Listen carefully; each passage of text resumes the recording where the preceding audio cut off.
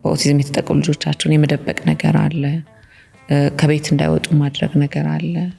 እርግማን ነው ብሎ እስከማመን ድረስ እርግማኑ ቀርቶብን በተረዱን በአጭር ጊዜ ህይወቴ ያልፋል አለኝ። ሞቴን አድፍጬ ጠበቅኩኝ ለብዙ ዘመን። ለመጨረሻ ጊዜ የሆነ ሀገር ሄደ ኳስ አይተህ አሁንም ሞትን ነበር የምትጠብቀው ማለት ነው። በእኔ ለምን ሆነ ብለሽ ፈጣሪ ላይ ታጉረመርሚያለሽ። እንግዲህ የወደደውን ፈተነ እንላለን።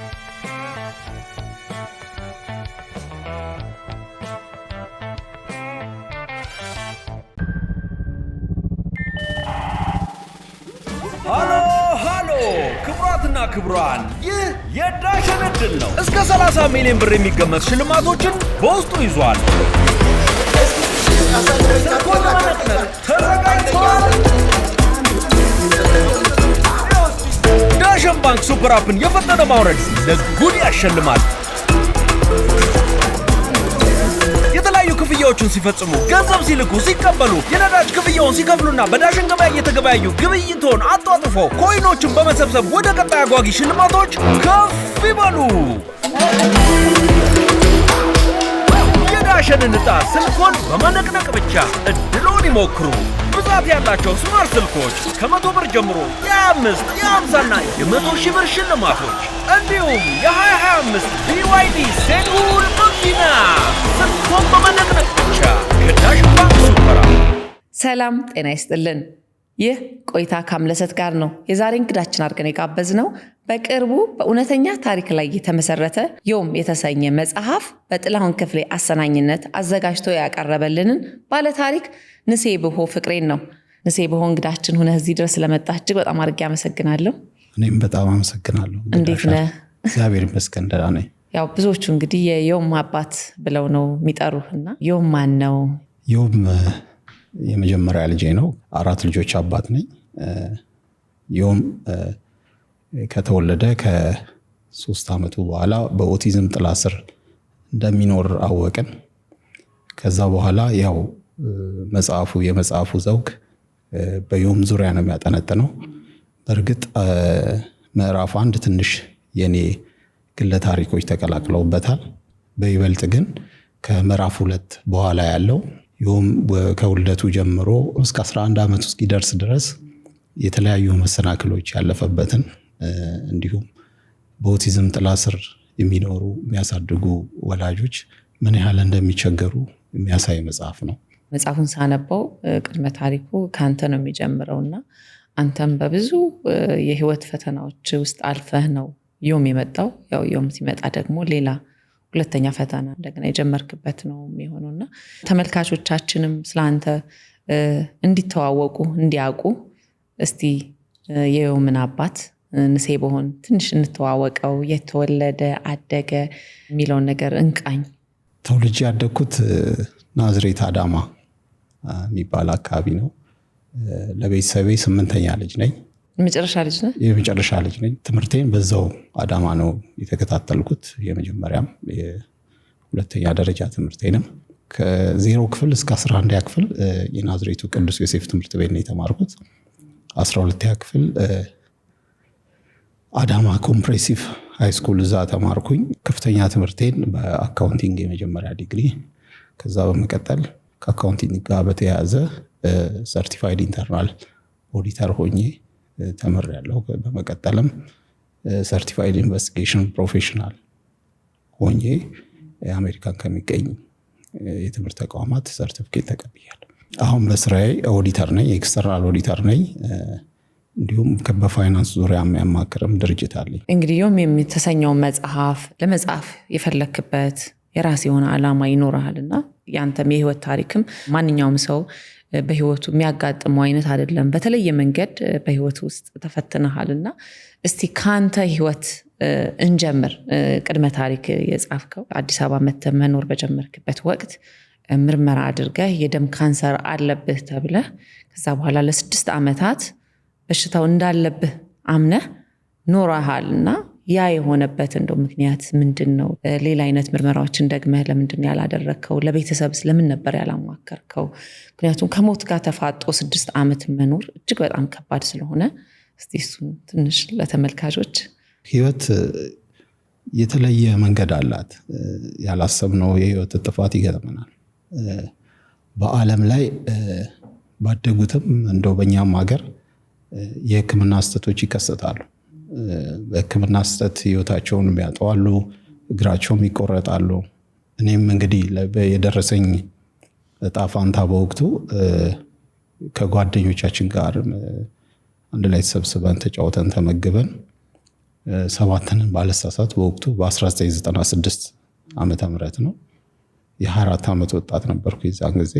በሚገርምሽ ሁኔታ 6ቱም ጓደኞቼ ታመው አልጋ መያዝ አለ፣ በግሉኮስም ያለ። እኔ አልታመምኩም።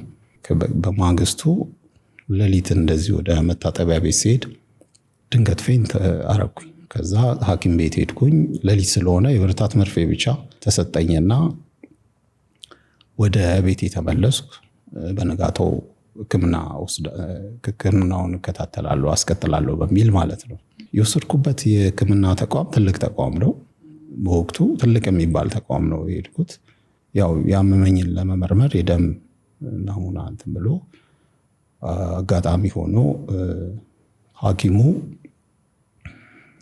ካሁን በኋላ የመኖር እድል በጣም አጭር ነው፣ በእነዚህ አይነት የደም ካንሰር በውስጥ ስላለ በአጭር ጊዜ ህይወቴ ያልፋል አለኝ። በጣም ነው የሚያስደነግጠው። በወቅቱ ያው አንድ ሰው የሞት ትኬት ተቆረጠልህ ቢባል ምን አይነት ስሜት እንዳለው እኔ በደንብ አጣጥም ያለው። እድሜም ትንሽም ቢሆን በራሴ መንገድ ማኔጅ ለማድረግ ሞክሬያለሁ። እንግዲህ ዲቴሉ መጽሐፍ ውስጥ አለ። ምን አይነት ስሜት ነበር እንደው በወቅቱ የተሰማ? እንደዛ ሲልህ ዶክተር ነው ታምነዋለህ? ብዙ ጊዜ ያው የተለያየ ባለሙያ ጋርም ስትሄጂ ትክክል ነው የሚል ያ ባለሙያ በትክክል እያስተናገደኝ ነው ብለሽ ነው የምታስቢው። በእርግጥ አሁን አድገን ከጎለመስም በኋላ የተለያዩ የስራ ልምድ ሲኖረን ስራዎች እንዴት ይሄዳሉ የሚለውን እናያለን። ምናልባት ሐኪሙ ያን ለማለት የሚያስችለው ደረጃ መጀመሪያ ሰስፔክት ወይም ደግሞ አጠራጣሪ ነገር ይዞ ነው መገመት ወይም ደግሞ ሌላ ሪቼክ የሚደረግ ነገር አለ። በኋላ ላይ መጽሐፉ ላይ እንዳየሽው ሳውዝ አፍሪካም ቻይናም ሄጄ ቼክ አድርጌያለሁ። ግን ቆይተ ነበር አይደለ? 6 ዓመት። ምንድነው በወቅቱ በቃ እንደዚህ ትሆናለህ ስባል ምንድነው ያሰብኩት? በቃ ወዲያው ሞቴን አድፍጬ ጠበቅኩኝ ለብዙ ዘመን። ግን ምንድን ነበረ ከኔ ጋር የነበረው? ፈጣሪን በጸሎት ጠይቅ ነበረ። የመንፈሳዊ ህይወቴን ጠንከር አድርጌ ነበረ ከልጅነቴ ጀምሮ ይዤ የመጣሁት። በዛ ህይወት ውስጥ ስላለፍኩኝ የተሻለ ተስፋ ይታየኛል።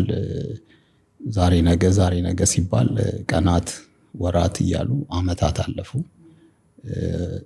ቼክ የሚያረኩበት ሳውዝ አፍሪካ የዓለም ዋንጫ ኳስ ላይ ሄጄ ነው።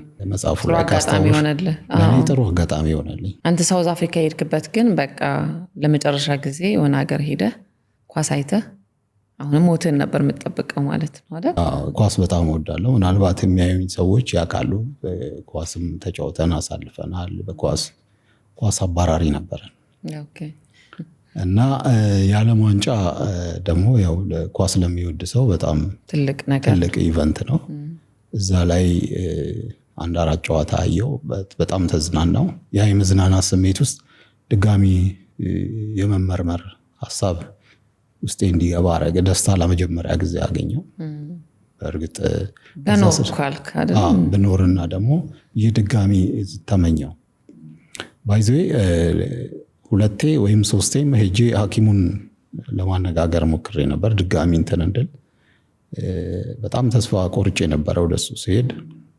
ሌላ የሚቆረጥም ተስፋ ስለሌለኝ ድጋሚ ተስፋ አስቆረጠኝና በቃ በዛ ወደ ለመኖር ወጣትነቷም አለች። ቤተሰብ እንዳይበተን የሚታይሽ ምንድነው? ቤተሰቤ ንብረት ሸጦ ምናምን ለማሳከም ነው የሚታየኝ። በቃ አጭር ጊዜ ስለሆነ ሳልነግር ለማንም ስለዛ ነበር ለቤተሰብ ራሴ መስዋዕት ላድርግ። ያ ስህተት ነው። በእርግጥ ግን አሁን ላይ ሆነሽ ታስቢው ትክክልም የነበርኩበት ሁኔታ አለ። ያው ይሄን ካነሳ ነው አይቀርም ምንድነው ሰዎችም ተመልካቾቻችንም እንዲማሩበት በዛ የተሳሳተ ውጤት ያልሆነ አይነት እርምጃ የመውሰድ ነገር አለና ከዛ ጥንቃቄም እንዲያደርጉ ያንተ ህይወት ማሳያ ነው። ምክንያቱም ከ6 ዓመት በኋላ ደግመ ምርመራ ስታደርግ ያ የደም ካንሰር የሚባለው በሽታ የለም አንተ ጋር። ይሄ ትልቅ ትምህርት ነው የሚሆነውና የምታስተላልፈው መልእክትም ካለ ከዚህ ጋር ተያይዞ ለተመልካች የሆነ ነገር በልልኝ። በትክክል እኔ በወቅቱ እንዳልኩሽ የ4 ዓመት ወጣት ስለነበርኩ ያው ወደፊትም ወደ ኋላ ማድረግ የማመዛዘኑ ነገር አነስ ያለ ነበር። ከብስለት ጋር በተገናኘ ምንድነው አንዳንዴ ጫናዎች በሚበዙ ጊዜ አጠገብ ያለ ሰው ጋር መነጋገሩ የተሻለ ነው። በተለይ ወላጆች እናት አባት ጋር መመካከሩ የተሻለ ነው። ከዛም አልፎ መፍትሄ የመጀመሪያ መፍትሄ ይሆናል የሚሉትን በራሳቸው ማድረግ ወደ መጥፎ አክሽን ውስጥ ከመግባት ማለት ነው። ደጋግሞ ማየት ደጋግሞ ቼክ መደረጉ ያው ግዴታ ነው። ህይወትህ ላይ ከመጣ አንድ መሰናክል ውስጥ አንዱም ስለሆነ ብሎ የተጀመረው ያንተ መሰናክል በዚህ ይመስለኛል ከባድ ፈተና አይደለ? በጣም ከመጽሐፍ ውስጥ የገረመኝ ታክሲ በመጠበቅበት ሰዓት ሃይደር የተባለ መልካም ሰው በህይወት ውስጥ መጣና ሌላ እድል ደግሞ ፈጠረል ሁለተኛው። ስለሱም ደግሞ ትንሽ አጫውተን። ምክንያቱም ደግነትን፣ መልካምነትን፣ ጥሩነትን፣ ወዳጅነትን ያየንበት ስለሆነ ነካ አድርገን ነው እንለፍ ብዬ ነው። ሃይደር አብዱል ሰመድ ይባላል። ኒሃም ኢንተርናሽናል ቢዝነስ ፒኤልሲ የሚባል ባለቤት ኦነር ነው። ሃይደር መልካም ሰው ነው። ለእኔ ብቻ አይደለም ባይዘ ከኔ ጋር በተገናኘ በስራ ለአንድ ቀን ነው የማውቀው የነበረው። ከዛ በፊት የምታውቀው ለአንድ ቀን ነው። በስራ ሶሎሜ የምትባል የፋይናንስ ማኔጀር እሱ ነበረች። እሷ ጋር ሄጄ በስራ ተዋወቅን። ከዛ በኋላ 2 ቀን አየኝ መንገድ ላይ ታክሲ ስጠብቅ ብዙ ፋይሎች ይዤ ላፕቶፕ ይዤ። አንድ ቀን እንደዚህ በፀሐይ ታክሲ እየጠበቅኩኝ ወቅቱ 2003 አካባቢ ነው። 2003 በእኛ ማለት ነው። በምጠብቅበት ሰዓት አየኝና መኪና አቆመልኝ። ሊፍት ሊሰጠኝ ገባው። ሰላም ተባባለን ምናምን። የት ነው የምትሄደው አለኝ። እንደዚህ ስራ ሊሄድ ነው አልኩት። እያወራኝ ቅርብ ስለምወርድ እዚህ ጋር ወርደኝ አልኩት። 1-2 ቀን አይቻለሁ እንደዚህ ስራ ለመስራት። ያ ነገር ከተከሰተ በኋላ ነው አዲስ ኢነርጂ፣ አዲስ ጉልበት ስራ ለመስራት በምፈልግበት ወቅት ነው። ፋይል ቦክስ ታውቂያለሽ? ከፋይናንስ ጋር የሚገናኝ እና በ2 ኩርቱ ፌስታል ይዣለሁ። እንደገና በጀርባዬ ላፕቶፕ ይዣለሁ። እሱን አይቶ አቁሞልኝ ከዛ መንገድ ጀመርን እየተጫወትን። ሳላስበው ለካ እሱ የት ነው የሚወስደኝ እያሰበበት ነው። እያወራኝ እያሰበበት አግብተሃል ወይ፣ የት ነው ሀገር፣ እንዴት ነህ እያለ እያወራኝ በደንብ ኢንተርቪው አደረገኝና የወሰደኝ ቤቱ ወስዶኝ ስገባ አሉ በርከት ያሉ መኪኖች 1-6 የሚሆኑ። ድንገት ስገባ አየኋቸው። ያው ቤቱ መተን ከዛ ሊሸኘኝ ይመስሉኛል። ከዛ ያሪስ ቪትስ ታውቂያቸዋለሽ? በወቅቱ ገና እንደመጡ ነበሩ። እንደዚህ አልበዙም ከተማ ውስጥ። የዛሬ 14 ዓመት አካባቢ ይሆናል። አንዷን ያሪስ እስቲ እቺን ለጊዜው 1 ወር መቶን ተጠቀም፣ እኔ አሜሪካ ደርሼ እስከመጣ 1 ወር ተጠቅመ ከዛ በኋላ ደውልልኝ አለኝ። 1 ወር ተጠቅሜ ደውልለታለሁ። እኔ እኮ እንድትወስደው ነው እንደውም ሰማዞርህ ተባልክ። ሰማዞርህ በጣም መልካም ሰው ነው። እንዲህ አንዳንድ ጥሩ ሰዎች አሉ ድንገት በሰው ደስታ የሚደሰቱ። እኔ ከሱ ብዙ ተመራለሁ። የሰው ደስታ ማለት ምን ደረጃ እንደሆነ በእኔ ያየ። ከዛ በኋላ ወዳጅነታችን ትላንት ራሱ ተደውለን ነበር። ወዳጄ ነው። እስካሁን ድረስ ትደዋወላላችሁ? እንገናኛለን። ነገር ራሱ ተከታትለናል። አልፎ አልፎ እንገናኛለን። እዚህም ላይ ምንድነው የምናየው? ትውቅ የላችሁም። የአንድ ቀን የስራ ትውቅ ነው ብለሃል። ግን የአንተን መድከም፣ መልፋት፣ መቸገር አይቶ እንዲሁ ሳያቅህ ማገዝ መፈለጉ ደግሞ ለብዙዎቻችን ትምህርት ስለሆነ እዚህም ላይ የእሱን መልካምነት አንስቶ ማለፉ ጥሩ ነው ብዬ ነው። ምስጋናም ካለ በዚህ ብቻ አላበቃም። ባይዘ መጽሐፉ ላይ ብዙ አይቻለሁ። ምንድን ነው ያለኝ እሱ በዚህ በትንሽ ባግዝህ አንተ ነገ ሌላውን ታግዛለህ። እንደዚህ ያለ ያስተማረኝ ነገር አለ። ትልቅ መሆኑ እቃው ምናምን አይደለም ማሰቡ። ከዛ ከመጣውበት ህይወት ጥፋት ደግሞ መጥፎ ሰው እንደገጠመኝም ጥሩ ሰው ገጥሞኛል ለማለት ነው ይህን ታሪክ መጽሐፉ ላይ ሰፈረው። ሌላው ምን ያስተምራል? መልካምነት በማንኛውም መንገድ በምንችለው ነገር ሰዎችን ማገዝ፣ መርዳት ራስንም እንደማገዝ ነው ብዬ አስባለሁ። ምክንያቱም ደስታው ራሱ አንተ ጋር ነው ተመልሶ የሚመጣውና ሰው የቻለውን ነገር አጠገቡ ያለውን ሰው ማገዝ፣ የሚችለውን ነገር ማድረግ፣ የሚችለውን ድንጋይ መወርወር ትልቅ ለውጥ ያስመጣል ብዬ አስባለሁና መተጋገዝን፣ መተሳሰብን ያሳያልና እኛ አሁን እኔም አንቺም ታግዘን ነው እዚህ የደረስነው። ከልጅነታችን ከመወለዳችን ጀምሮ ከእርግዝናታችን በእናታችን ሆድ ጀምሮ በልዩ እንክብካቤ አድገን እዚህ ደርሰናል። መረዳዳቱ ለሁሉም የሚጠቅም ነገር ነው። ሃሎ ክቡራትና ክቡራን፣ ይህ የዳሸን ዕድል ነው። እስከ 30 ሚሊዮን ብር የሚገመት ሽልማቶችን በውስጡ ይዟል። ስልኮን ለመነቅነቅ ተዘጋጅተዋል። ዳሸን ባንክ ሱፐር አፕን የፈጠነ ማውረድ ለጉድ ያሸልማል። የተለያዩ ክፍያዎችን ሲፈጽሙ፣ ገንዘብ ሲልኩ፣ ሲቀበሉ፣ የነዳጅ ክፍያውን ሲከፍሉና በዳሸን ገበያ እየተገበያዩ ግብይቶን አጧጥፎ ኮይኖችን በመሰብሰብ ወደ ቀጣይ አጓጊ ሽልማቶች ከፍ ይበሉ። የዳሸንን ዕጣ ስልኮን በመነቅነቅ ብቻ እድሎን ይሞክሩ። ብዛት ያላቸው ስማርት ስልኮች ከ100 ብር ጀምሮ የ5፣ የ50 እና የ100,000 ብር ሽልማቶች እንዲሁም የ2025 BYD ሴጉል መኪና ስልኮን በመነቅነቅ ብቻ ከዳሸን ባንክ ሱፐር አፕ። ወደ ትዳር ህይወት የገባህበትን አጋጣሚና ከሳምሪ ጋር የተዋወቃችሁበትን መንገድ ደግሞ ለኔም ላይ ተመልካችም ትንሽ ከመጽሐፉ ላይ ቢኖር ማስታወሰን እስቲ። ባለቤቴ ሳምራዊት ድንቁ ትባላለች። የተዋወቅንበት አጋጣሚ ለሰርግ ጓደኛዬ አንድ ተስፋዬ አዱኛ ይባላል፣ ኦዲተር ነው።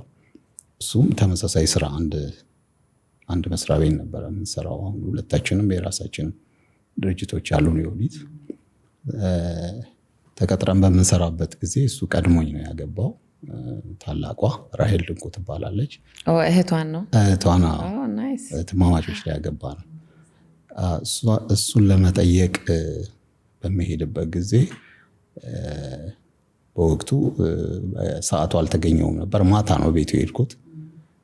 ማታ ሄጄ አጋጣሚ ያስተናገደችኝ ሳምሪ ነበረች እና በደንብ ሾፍኩኝ። ሳታውቀው ባሏን አስተናገደች። እንዳየዋት ያው የህይወት ጓደኛ እንድትሆን ተመኘው። እኔ እንደውም ያገባች መስሎኝ ነበረ። እጇ ላይ ቀለበት ያየው መስሎኝ ነበር። በኋላ ተስፋዬን በደንብ ወጥቼ ጠየቅኩት። ትንሽ አበሻሸቀኝና ስልኳን ሰጠኝ። ከዛ በስልክ ቀስ ብዬ በተለያየ ጊዜ በመደወል በዛ በአካል መገናኘት ጀመርን። ወደ ህይወት ገባን። ህይወት ሀ ብሎ ተጀመረ። በአንድ ጣራ መኖር ጀመርን። ወደ ታሪካችን መጣን ማለት ነው። ዮም ተረገዘ። እስቲ ስለ ዮም እርግዝና ስለነበራችሁ ሁኔታ ደግሞ እንጫወት። ዮም 1 ዓመቱን ካከበረ በኋላ ዓመት ከ6 ወር ዓመት ከ8 ወር እያለ ሄደ። የተለየ ባህሪ ያለው ባይዞ የዮም ዋነኛ ችግሩ ከውልደቱ ጀምሮ እስከ 9 ዓመቱ ማለቂያ ድረስ የእንቅልፍ ችግር ነው። የእንቅልፍ ችግሩ በተለየ ሁኔታ የሰው ልጅ በማይችለው ሁኔታ ሰፈር አድርገናል። እኔና ባለቤቴ አንድ ልጅ ለ2 ሰዓት ተኝቶ ዮም ለ2 ሰዓት የሚተኙ በ24 ሰዓት በጣም እንቅልፍ የለንም። በጣም እሱም ድካም አይታይበትም። በጣም ሃይፐር አክቲቭ ነው።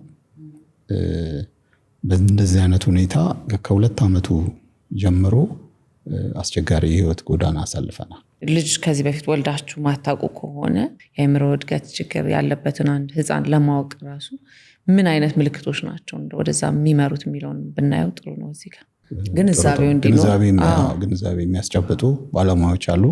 እነሱ ዲቴሉን ያወሩሻል። ግን ለእኔ ሬድ ፍላግ ናቸው ወይም ደግሞ የሚታዩ ልዩነት አለ የሚያሳዩ ብዬ የምነግርሽ አንደኛ የስፒች ዲሌይ ሁሉም ላይ ላይሆን ይችላል።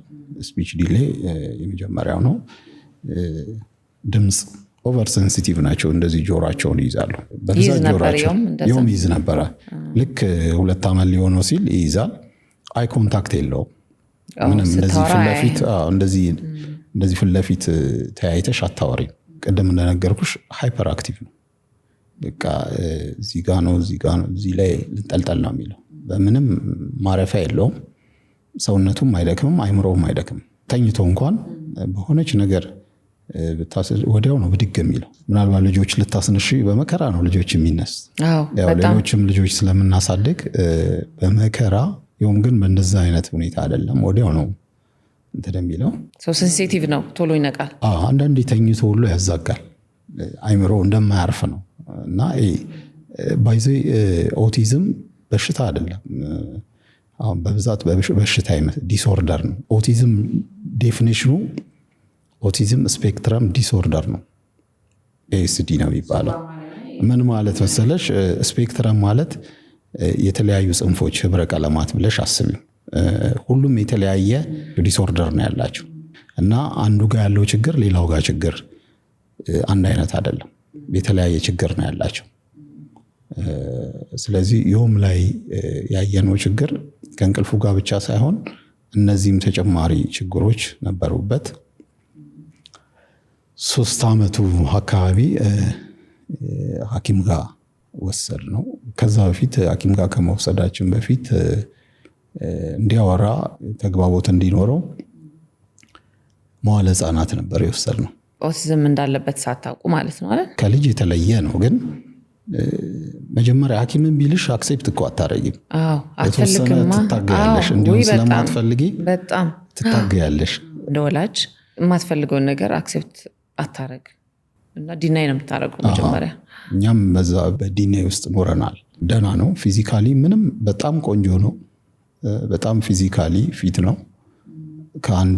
ከእድሜ እኩዮቹ በጣም የተሻለ መርጠሽ ብታየው የተሻለ ነው ብለሽ ነው የምታየው። ግን ችግሩ እንዳለበት ያው እያደገ ሲሄድ ነው የምታውቂው። በተለይ ከ7 በኋላ ከ6 በኋላ ደግሞ ከሌሎች ልጆች ለየት ሲል ትለየዋለሽ። ያወቅነው 3 ዓመት አካባቢ ዲያግኖስ ተደረገና ዶክተር ሚኒሊክ ይባላል እሱ አየው። ካየው በኋላ ረጅም ሰዓት ወስዶ በደንብ አንዳንድ ከኛ ጋር ኢንተርቪው አድርጎ በኦቲዝም ጥላ ስር እንደሚኖር ነገረን። ሲነግረን ግን ያው በጣም ፋንታዬ ነው ተቀበሉት የሚለው ጆሮዬ ውስጥ እስካሁን ይጨዋል። በወቅቱ በቃ ባለቤቴ በጣም እዛው ማልቀስ ጀመረች። ረጅም ሰዓት መኪና ውስጥ እስኪመሽ ድረስ ከመኪና ሁሉ አልወርዳለች። 3 ዓመቱ ላይ ቤት መግባት ፈራች። በጣም ተጨነቀች። ትግሉ እንግዲህ ከዛ ይጀምራል። ከባድ ነው እንደ ወላጅ ማሰብ ነው። ከዛ በዛ ትግል ውስጥ ሆነን መዋለ ህጻናት ገባ።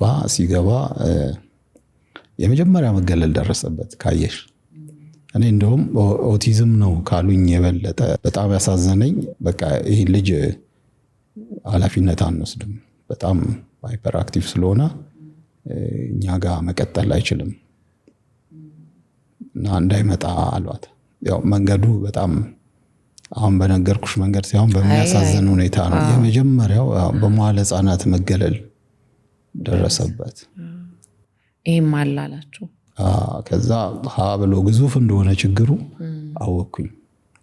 ከዛ በኋላ በደንብ ለቤተሰቡ ኃላፊነት እኔ ላይ መሆኑ በደንብ ተገነዘብኩኝ። ያው የኦቲዝም ተጠቂ መሆኑ መቀበል በላይ ደግሞ ማህበረሰቡ እንደዚህ አይነት ችግሮችን አለማገዙ አለመቀበሉ ደግሞ ዋነኛው ህመም ነው ብዬ አስባለሁና እንደው በዛ ወቅት የታገላችሁትን ትግል ማካፈሉ ለሌሎችም በኦቲዝም የተጠቁ ልጆች ላላቸው ወላጆች ብርታትም ይሆናል፣ መንገድም ያሳያል ብዬ ስለማስብ እናንሳውና እንደው በወቅቱ ፌስ ያደረከው የታገልከው ትግል ምን ይመስል ነበረ?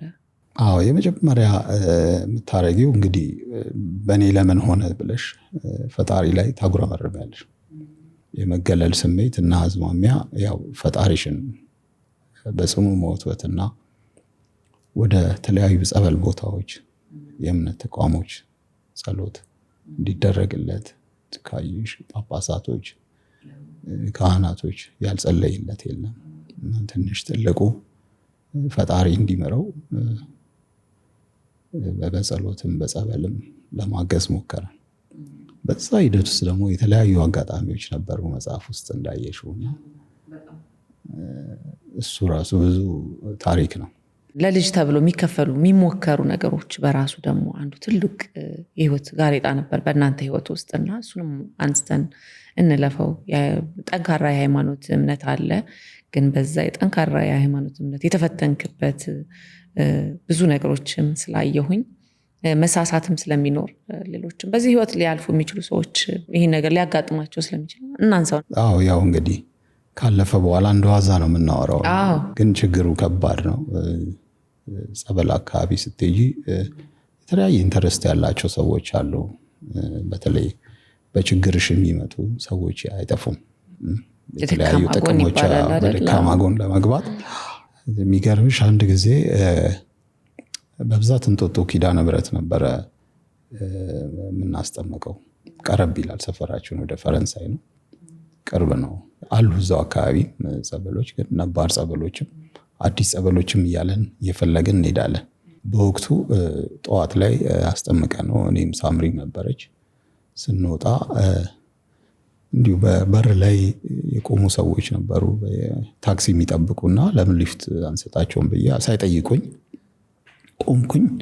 አንደኛዋ ተለቅ ያሉ ሴት ነች፣ አንደኛዋ ደግሞ መካከለኛ እድሜ ላይ ያለች ነች እና መካከለኛ እድሜ ላይ ያለችው ከኋላ ነበር ከሳምሪ ጋር የተቀመጠችው። ከጸበል መጣችሁ እና ሰላም ተባባለንና ድንገት እንዲህ አይኑን ግልጽ አድርጋ አየችው። እኔ በስፒኪው አጋጣሚ አየኋት፣ ያለ ምንም ያለ እኔ ፍቃድ ያለ ሳምሪ ፍቃድ።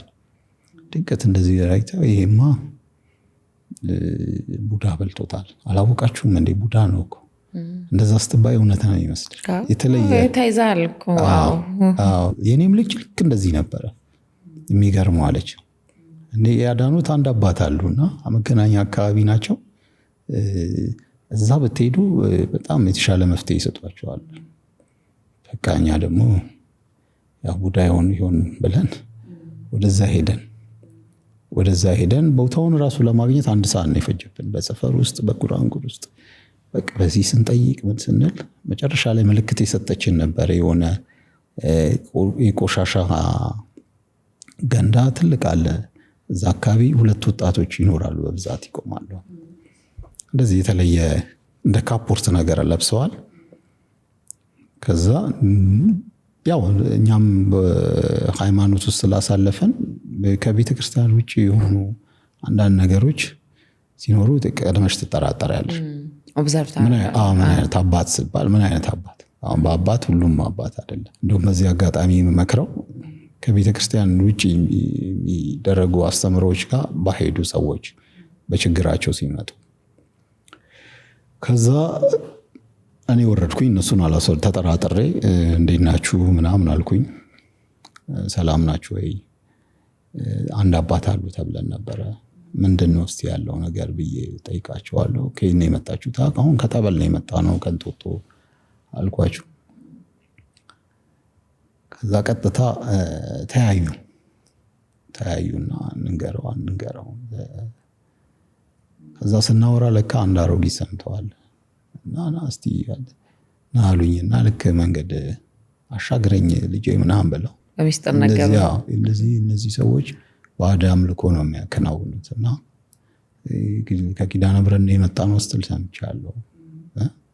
እንዳንተ አይነት ሰው እዚህ አይመጣም በሊዳል በቃ ያው ጓግተን ነው የመጣ ነው። እውነት ለመናገር የሆነ እምነት ይኖርሻል እንደዚህ አይነት ቦታ ሄደሽ መተሽ በቃ አንድ አባት አሉ ሲባል የተለየ ኃይል ያላቸው አባት ናቸው ይድናል ብላችሁ ነው ታረጋለሽ። እንደዚህ አይነት ብዙ ታሪኮች አሉ። ወለታ ሁሉ ሄዳችሁበት አንድ ታሪክም ማስታወሳለሁና በጣም ያሳዝናል። ብቻ ለልጅሽ መፍትሄ የምትይው ቦታ ይሄዳሉ። መጥፎም እንኳን ቢባል የሚሄዱ አሉ።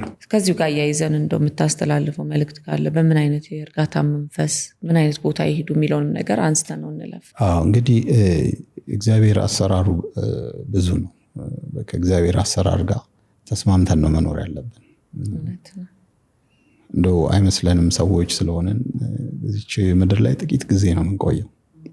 እግዚአብሔርን የሚያስቀይም ነገር ባናረግ የፈጣሪን ኃይል ተቀብለን በእምነቱ ኖረን ብናልፍ በዚህ ሂዱ ሳይሆን መጀመሪያ መረጋጋት። ይህንን ችግር ካወቁ መጀመሪያ መረጋጋት ነው። ተቀበለው የሚባል ነገር አለ። መቀበል ፕሮሰስ ነው። በአንዴ የምትቀበየው ነገር የለም። ከባድ ችግር ሲሆን በፕሮሰስ ነው የምትቀበየው እዛ ደረጃ የምትደርሺው። እንደው መልእክት ማስተላልፈው መረጋጋት፣ መጽናት፣ እግዚአብሔርን መጠየቅ፣ እግዚአብሔር ካለ አንተ ትክክል ነህ ብለን መቀበል። ይሄ ነው፣ ሌላ ምንም ሊኖር አይችልም። እንግዲህ የዮም አባት እያልኩ ነው ጨዋታዬን የሚቀጥለው። ምክንያቱም ብዙ ሰዎች የዮም አባት ስለሚሉ አንተ የምትወደው ስም ስለሆነ አይደል? ደስ ይለኛል። ከዚሁ ጋር እያይዘን ቅድም ማህበራዊ ምስቅልቅል ያደርሳል እንደዚህ አይነት ልጆችን ማሳደግ ብለህ ነበርና እስቲ ስለ ማህበራዊ ምስቅልቅሎች ደግሞ እናንሳ። በሚገርምሽ ሁኔታ በዚህ ችግር የትዳር መፍረሻ መንስኤ ነው በብዛት።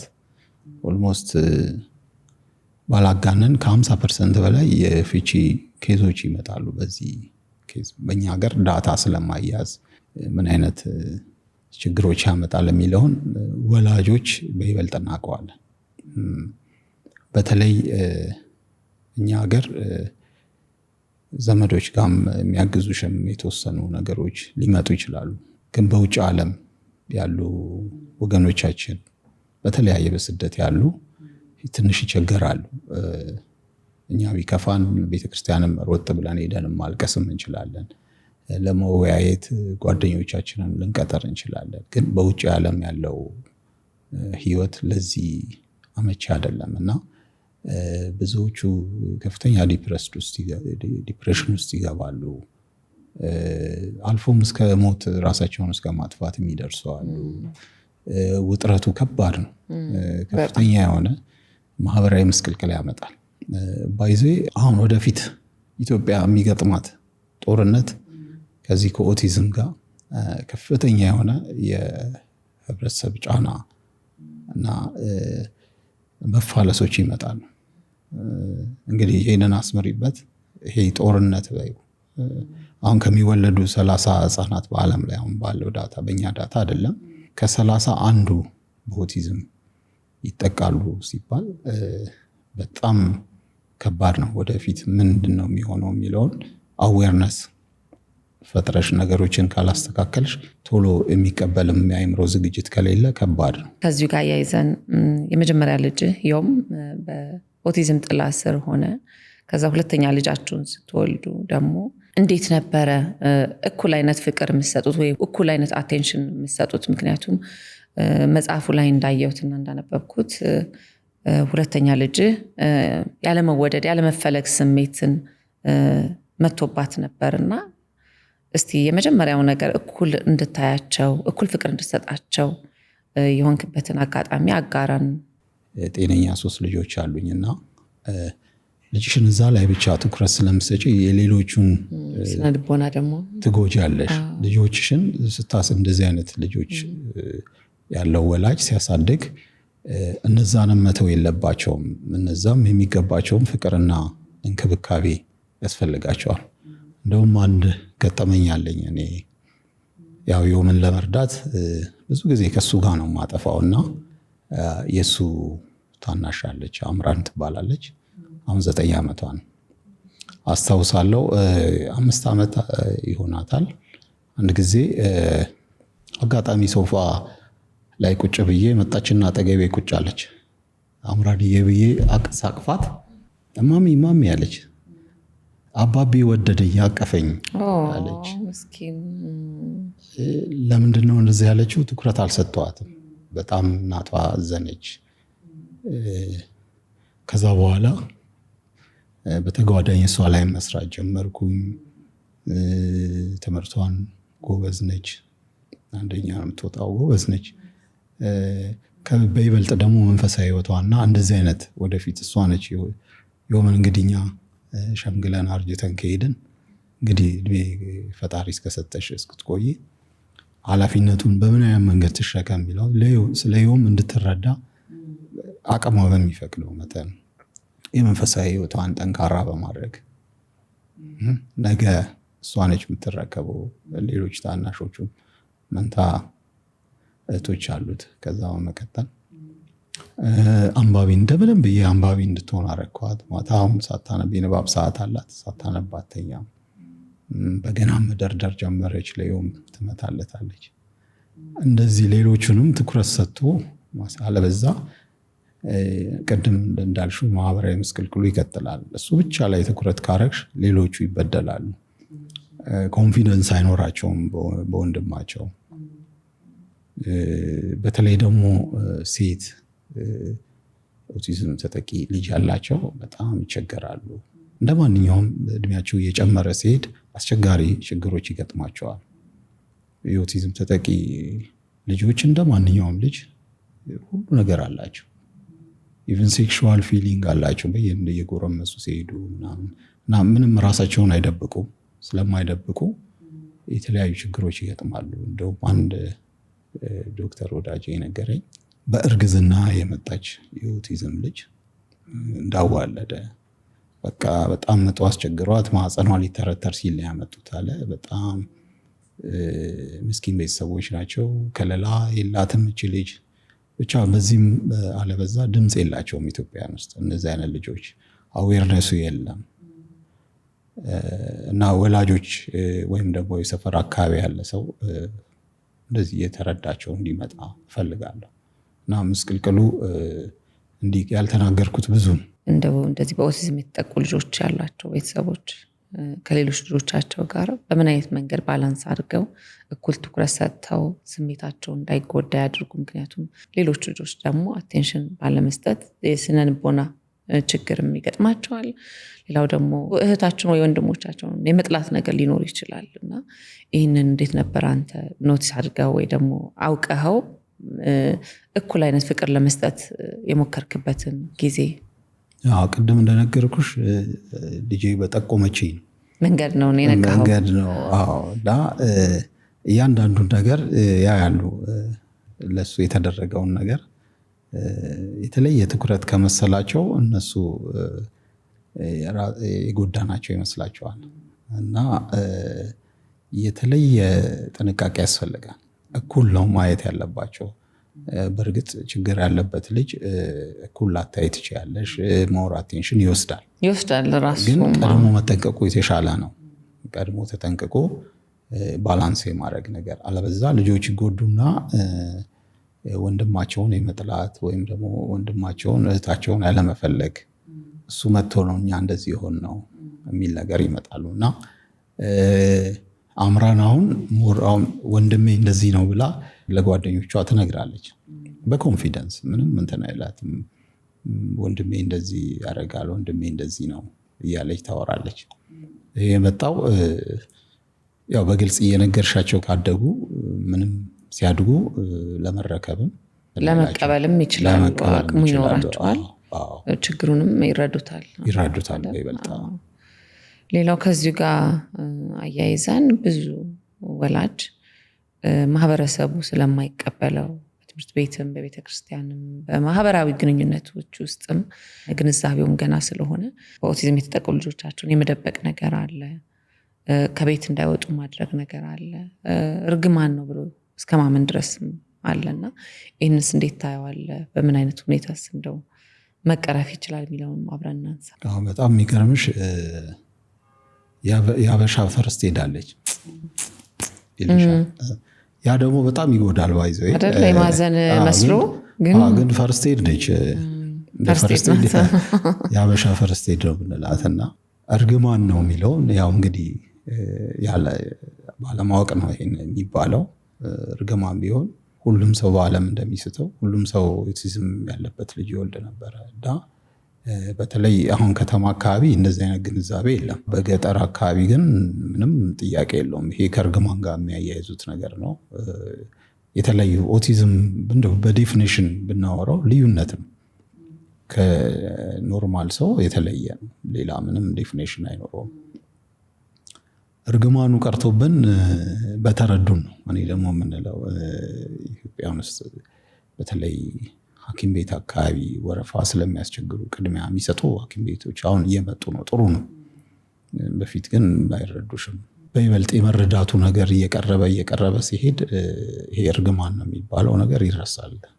እርግማኑ ይቅርና ግድ የለም ተረዱን ነው። ለነዚህ ልጆች ድምፅ እንሆን ነው። እንዴት ነው እንደው ድምፅ መሆንስ የሚቻለው? እንዴት ነው ግንዛቤውን በደንብ ማስፋትና ማስጨበጥ የሚቻለው? በጣም አሪፍ ጥያቄ ነው። በቃ ኢንክሉሲቭ አካታች የሆነ ህብረተሰብ መፍጠር ነው። በትምህርት ቤት አካባቢ አሁን ዮም ግሎሪ የሚባል ስኩል ነው የሚማረው። አሁን መደበኛ ልጆች ጋር ተቀላቅሎ ነው የሚማረው። እዛ እስኪደርስ እንግዲህ ያው ትግሉን አንቺ ታውቂዋለሽ፣ መጽሐፉ ላይ ስላነበብሽ ሁሉንም መጽሐፉን ማውራት ይሆናል። ኢንክሉሲቭ ህብረተሰብ ወይም አካታች ህብረተሰብ ከፈጠረን ወደፊት እንኳን እነዚህ ልጆች በዘርፉ የተለያየ ኢምፓክት ይፈጥራሉ። ትልቅ ሳይንቲስት ሊወጣቸው ይችላል። ብዙ ነገሮች ያውቃሉ። ማያውቁ ይመስለናል፣ ግን ብዙ ነገሮች የሚያውቁ አሉ። እንደየደረጃቸው የተለያዩ ናቸው። ቅድም ስፔክትረማቸው ብለናል። ቀለማቸው ይለያያል። አሁን ለምሳሌ ያህል ትምህርት ቤት አካባቢ እንደዚህ ተጀምረዋል። ጥሩ ነው። የተወሰኑ ባይዘው ሁሉም አይደለም፣ ሁሉም የግል ትምህርት ቤት አይደለም። የተወሰኑ ትምህርት ቤቶች እንደዚህ አካቶና ኢንክሉሲቭ አድርገው ያስተምራሉ። ይህም በሚያስተምሩበት ወቅት ታዳጊ ወጣቶች ወይም ልጆች የማግለሉ ነገር የለም። አሁን በማየው ማለት ነው። በጣም ነው ሳፖርት የሚያደርጓቸው። እንደውም ከትልልቆቹ የበለጠ ህፃናቶቹ ይረዷቸዋል። አይደለ? ተሰብስቦ ዮማ ይችላል እያሉ ይጨፍሩለታል። ሞራሉ በጣም እንትን ይላል። አየዋለሁ። ሞራሉ እንትን ሲመጣ ተሰብስቦ ይጨፍሩለታል። በቃ እጁን ይዘው እንትን ይላሉ። በቃ ያበረታቱታል። ያ ደግሞ በጣም ስነልቦናዊ እንትኑ እየጨመረ ኮንፊደንሱ በጣም አሁን በታዩ የኔ ልጅ ኮንፊደንሱ ጥሩ ነው። ያ የመጣው እንግዲህ እነዚህም ልጆች አግዘውት ተባብረውት ከቤትም ከአካባቢ ጎረቤትም ሳይቀር ጎረቤት አካባቢ ራሱ በጣም ይረዱናል። ወኪዞ ስወጣ በጣም ይረዱታል፣ ያዩታል። እቃም ቢስብም ሱቅ አካባቢ ደርሶ የሆነ ነገር ቢያደርግም ይረዳሉ። ባይዜ ሁሌ ወክ እናደርጋለን፣ ከዮም ጋር በብዛት እናደርጋለን። በመሀል መንገድ ላይ የሚያዩን እንደዚህ የሚደብቁ ህብረተሰቦች ቀስ እያሉ ይጠይቁኛል።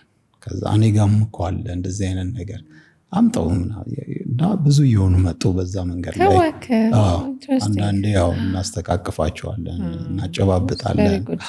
እንደዚህ ወጥሽ ካላስተማርሽ በስተቀር ኃላፊነት የሚወስድ ሰው ጠፋ። የተማረውም ያልተማረውም በዚህ ነገር ትንሽ ሸምቀቅ ማለት ነገር አለ። እግዚአብሔር የሰጠውን ነገር ማፈር የለበሽም። ነገ ሌላ ቀን ነው። ይሄ እንደዚህ አይነት ነገሮች ያው በፍላጎት ወይ ደግሞ በአንተ ስህተት የሚመጡ ነገሮች እስካልሆኑ ድረስ ኃላፊነቱን እንደ ማህበረሰብም ግዴታ መውሰድ ይኖርብናል ብዬ አስባለሁ። ምክንያቱም ማናችንም ጋር በማንኛውም አይነት ሁኔታ ሊመጣ ይችላል። እኛ ፈልገ ነው የመጣ ነገር አይደለም፣ ወይ ደግሞ ከኛ ጎሎ የመጣ ነገርም አይደለም። ስለዚህ ኃላፊነቱ መውሰዱ ግድ ይላል ብዬ አስባለሁ እንደ ማህበረሰብ። እናንተ የምታደርጉት እንቅስቃሴ ደግሞ ደስ ይላል። እኔ ቤት ውስጥ ያለውን ነገር አንተ ጋር እኔ ጋም አለ ብለህ ስትነግረኝ ኢንትረስትድ ሆኜ ነው እንዲህ አደርጋለሁ፣ እንዲህ ላድርግ፣ እንደዚህ ትምህርት ቤት አለ፣ እንደዚህ ደግሞ ብታደርግ እየተባለ የመመካከሩ ነገር ይጎለብታል ብዬ አስባለሁ። እና በየአካባቢው በየትምህርት ቤቱ በማህበረሰብ ላይ በደንብ ቢሰራ ብዬ አስባለሁኝ። ዘሚን ታውቂያታለሽ? ዘሚኑስ? ማጂቷ በጣም ጥሩ ሰው ነች። እዚህ ላይ በጣም ብዙ ሰርታለች። ልጇም ተጠቂ ስለነበር ብቻዋን እንደ ጧፍ ወይም እንደ ችቦ በርታለች። ብቻዋን አንድ ሰው ሆና ማለት ነው። ብዙ ሰዎችን አንቀታለች። ብዙ ያለቀሱት እናቶች ተጠግተው አውርተዋታል፣ ረድታቸዋለች። እንደዚህ አይነት ህብረተሰብ ወጣ ማለት አለበት። እንደዚህ አይነት ኃላፊነት የሚወስድ ሰው፣ ለችግር ኃላፊነት የሚወስድ ሰው ማልቀስ እንትን ማለት ችግርሽን ማማረር ሳይሆን በኃላፊነት መጥቶ ወደፊት ህብረተሰቡን የሚያነቃ ሰው ሊኖር ይገባል። ችግሮች በምድር ሳለሽ ይኖራሉ። ችግሮችን ግን ታግለሽ ማሸነፍ መቻል አለብሽ። አለበዛ ጥሩ ማህበረሰብ አንገነባም፣ ጥሩ የሆነ ህይወት አይኖረንም። እንደዚህ ያለቀስን ነው መኖር ህይወታችን ልምድ የምናደርገው አይደለ? ችግሮች በመጡ ቁጥር ደንግጥ መበረገግ የለም። ፌስ ማድረግ ነው ያለብን፣ መዘጋጀት ነው ያለብን። ምንም ነገር በህይወትሽ ድንገት ጥፋት ይመጣል፣ ማጠበቂው ነገር ይመጣል። ለዛ ጠንካራ ዝግጅት ማድረግ አለብሽ። እንደው ከዚህ ጋር ያይዘህ የኦቲዝም ልጆች ያሏቸው ወላጆች መልእክት ካለ፣ ምክንያቱም የተደበቁ እያለቀሱ ያሉ ወላጆች ሊኖሩ ይችላሉ። ልጃቸው ምን እንደሆነ ራሱ ሳያውቁት ኑት ሳያደርጉት ደግሞ ቤት ውስጥ ወይ ትምህርት ቤትም ሳይልኩት ይዘው ቁጭ ያሉ እናቶች ሊኖሩ ይችላሉ። እንደው የምትለው ነገር ካለ ጠቅልል አድርገን። ህይወት አጭር እግረ መንገድ ነች። ድንገት ኖረን ምናልፋት ነች። ችግራቸው ያልፋል ከእግዚአብሔር ጋር። ህመማቸው ከባድ ነው። እኔ ህመማቸው ስላለው አውቀዋለሁ። በልጆቻቸው የተሰበሩ ብዙ ወላጆች አሉ። ኑ ነው የምለው። ይምጡ፣ ይውጡ፣ ይጮሁ፣ መልእክታቸውን ያስተላልፉ። በተለያየ ነገር መልእክታቸውን ያስተላልፉ። በፊት እንደውም እናቶች ሞር በዚህ ጉዳይ ኮንሰርን ሆነው ይሰራሉ። አሁን በጣም የሚገራርሙ አባቶች አሉ፣ ለልጆቻቸው በጣም መስዋዕትነት የሚከፍሉ። በእርግጥ አንዳንዶች ትተው ይሄዳሉ። ያ ደግሞ ተገቢ አይደለም። ይጩሁ፣ ድምፅ ይሁናቸው፣ ይንቀሳቀሱ፣ ለችግሩ መፍትሄ ያበጁ። ተቀምጠው ብቻ አይደለም ቤት ውስጥ በተለያየ ነገር መልእክት ያስተላልፉ። ምናልባት አንቺ ይህን መጽሐፍ ስላነበብሽ ነው እኔን የጠራሽኝ፣ የሆነ ነገር አስተምሮሻል ብዬ አስባለሁ። እንደዚህ ወላጆች እንደዚህ አይነት ህይወት አላቸው ወይ የሚለውን አየሽ። በጣም ከአንድ ሰዓት በላይ ነው ያለቀሽው የዛን ጊዜ ባለፈው ስንገናኝ። በጣም እኔን ረብሸሽኝ። የመጀመሪያ ጊዜ ነው የተገናኘነው። እንዴት አድርጌ እንደማጽናናሽም ስላላወኩኝ በቃ ተውኩሽ። በጣም አዘንሽ፣ በጣም ልብሽ ተነካ። ከኔ የሚበልጥ ደግሞ በጣም በብዙ እጥፍ አስቸጋሪ ህይወት የሚመሩ አሉ። ይምጡ፣ ይውጡ። ምንም አያሳፍረን። እኔ በየውም እኮራለሁ። ሰርግ ቤት ምናምን ይዞ ይሄዳሉ። ምንም አያሳፍረኝም። ከለቅሶ ውጭ የማይል ሬስቶራንት ከኔ ጋር ይሄዳል። የተለያዩ መዝናኛ ቦታዎች ከኔ ጋር ይሄዳል። ዋና ይዋኛል። ከልጅነቱ ካልሰራሽለት ደግሞ ካደገ በኋላ ትንሽ ነገሮች እየከፉ ነው የሚሄዱት። ከስር ነው ግን ይወጡ። ኢንቫይሮንመንቱን ካላየ ቤት ውስጥ ደብቀሹ ምንም ነገር አያውቅም። አሉ እንደዚህ የተደበቁ የታሰሩ አሉ። ብዙ በጸበል ቦታዎች ማያቸው በጣም እጅግ የሚያሳዝኑ ረጅም ሰዓት በቃ ልብሽ የሚሰበርበት የምታለቅሽባቸው ልጆች አሉ። ያሳዝናሉ። ቢሰራባቸው ደግሞ ትልቅ ደረጃ የሚደርሱ እነሱም እንደኛ ህይወት አላቸው፣ ግን የተለየ ዲስኦርደር ስላላቸው በዛ ምክንያት ነው።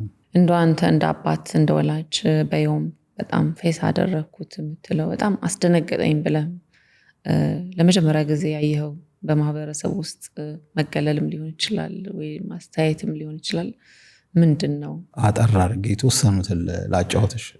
ለመጀመሪያ ጊዜ ያው እንደነገርኩሽ መዋለ ህፃናት ነው ገብቶ እኔ በቃ ህይወት ቀጥላለች ብዬ አንድ ቀን ስመጣ ሳምሪ እቃ ምናምን ገዝቼለት ነው ለትምህርት ቤቱ የሚያግዘው ነገር ገዝቼ ነው ወደ ቤት የመጣሁት። ይኸውም እንዳይመጣ ተብለዋል። በቃ ካሁን በኋላ እኛ ጋር መማር አይችልም በሚሉ ሰዓት በጣም አዘንኩኝ፣ በጣም ደነገጥኩኝ፣ በጣም ተረበሽኩኝ። እንደዚህም አለ። ከዛ በመቀጠል መደበኛ ኬጂ ገብቶ ደግሞ አንድ ጊዜ አንድ ወላጅ ኖርማል ትምህርት ቤት ነበረና ላመጣው 9 ሰዓት የምን ልወስደው ሄዳለሁ። አጋጣሚ የሆነ እያወራች ነው የምትመጣው። ምነው ሰላም ነው ምናምን ብዬ ያወራታለሁ። አየው ያ ልጅ አለችኝ። የምን ነው ልጆቻችን ከእንደዚህ አይነት ትምህርት ቤት በጥፎ ትምህርት ቤት ነው፣ ልጆቻችን ከእንደዚህ አይነት ልጆች ጋር እንዲማሩ እድል አመቻችተውላቸዋል አለችኝ። ደነገጥኩኝ በጣም አላመንኩም። የትኛው ያ ልጅ ነው? እንደው ትንሽ ከደነገጠች ብዬ ያ ልጅ የኔ ልጅ ነው ምንድነው ችግሩ ምን አረገሽ ላት በጣም ከዛም አልፋ ሌላ ሁለተኛ ጉዳት ቢሆንም እኔ አይመለከተኝም አለች። በጣም ተናደድኩኝ፣ ተበሳጨው፣ ብዙ ደረጃ ተዳረሰ። ግን የትምህርት ቤቱ ኃላፊ በጣም አሪፍ ሴት አለች፣ ወይዘሮ ጽዮን ትባላለች። ምርጥ ሰው ነች። ትምህርት ቤቱን በደንብ ይዛለች። በተለይ በህፃን ላይ እንደዚህ ኢንክሉሲቭ ላይ በጣም ሰራለች። በአሁን ሰዓት ኒው ፓራዳይም ስኩል የሚባል ወደ ፊጋ አካባቢ ነው። በጣም ረድታናለች፣ በጣም አገዛናለች። በቃ እኛም ብቻ ሳይሆን ብዙ ወላጆችን በእንደዚህ አይነት ህይወት የሚኖሩ ሰዎችን ሪሊፍ የሚሰጡ ሰዎች አሉ። ልክ እንደሱ አይነት ካነበብሽው መጽሐፉ ላይ አሳጥሬ ነው የነገርኩሽ። በጣም ሰፖርቲቭ ነች። በዚህ አጋጣሚ ለጽ ምስጋና። አሁን ኦልሬዲ ከማህበረሰቡ ጋር በሚል እያነሳ ነው ስለነበር በትምህርት ቤት በመጫወቻ ቦታ እንዲሁም ደግሞ በእምነት ቦታዎች ደግሞ እንደውም መታቀፍን በምንፈልግበት ቦታ ፎይ ልንልበት በምንሄድበት ቦታም እንደዚህ አይነት ተግዳራቶች ስላሉ እሱንም ማንሳቱ ስለሚያስፈልግ በተለይ በእምነት ቦታዎች ላይ እስቲ አንተ ካጋጠሙ ተግዳራቶች ውስጥ ጥቂቶችን አንሳለን። ከእምነት አስተምሮ ጋር እንደዚህ አይነት ልጆች የሚታገዙባት የተለየ ነገር ካለ ለነሱ ለብቻ ወይ በተለየ ሁኔታ ቢስተናገድ ወደፊት እንደው ቢታሰብበት ከእምነቱ አስተምሮ ሳይወጣ ለምን እነዚህ ወላጆች በእምነት ቤተክርስቲያን ሄደው ትንሽ ገለል ሲሉ በቃ እናንተን አይመለከትም ሂዱ ሲባል ትንሽ ልብ ስለሚሰብር በተለየ ሁኔታ ግን አባቶች ዲያቆናትም ይቻሉትን ያህል ያደርጋሉ። እርግጥ አንዳንዶቹ ይጮሃሉ። ሲጮሁ ያው ቅዳሴን የማስታጎል ነገር ስለሚመስል ወላጆች ላይ ጫና ቤተክርስቲያንም የትም ስትወስጃቸው ደበቀሽ ከምታስቀምጪ ሁሉንም ነገር ነው ማስለመድ ያለብሽ። የዛን ጊዜ ከለመዱ እንደዚህ አይነት ነገሮችን አያረጉም። በሂደት ነው በአንዴ እንትን አይሉም። እና ምእመኑም እንደዚህ አይነት ልጆች ሳይ በተለየ ሁኔታ ቢቀበላቸው፣ ቢያበረታታቸው፣ ቢደግፋቸው የተሻለ ነው። ልጆችን ወደ እኔ ይምጡ አትከልክሏቸው ነው የሚለውና እነሱም የእግዚአብሔር ልጆች ናቸው። የእግዚአብሔር ልጆች ናቸውና መከልከሉ አስፈላጊ አይደለም የሚለውን ነገር ማንሳቱ ጥሩ ነው፣ ይጠቅማል። እውነት ነው።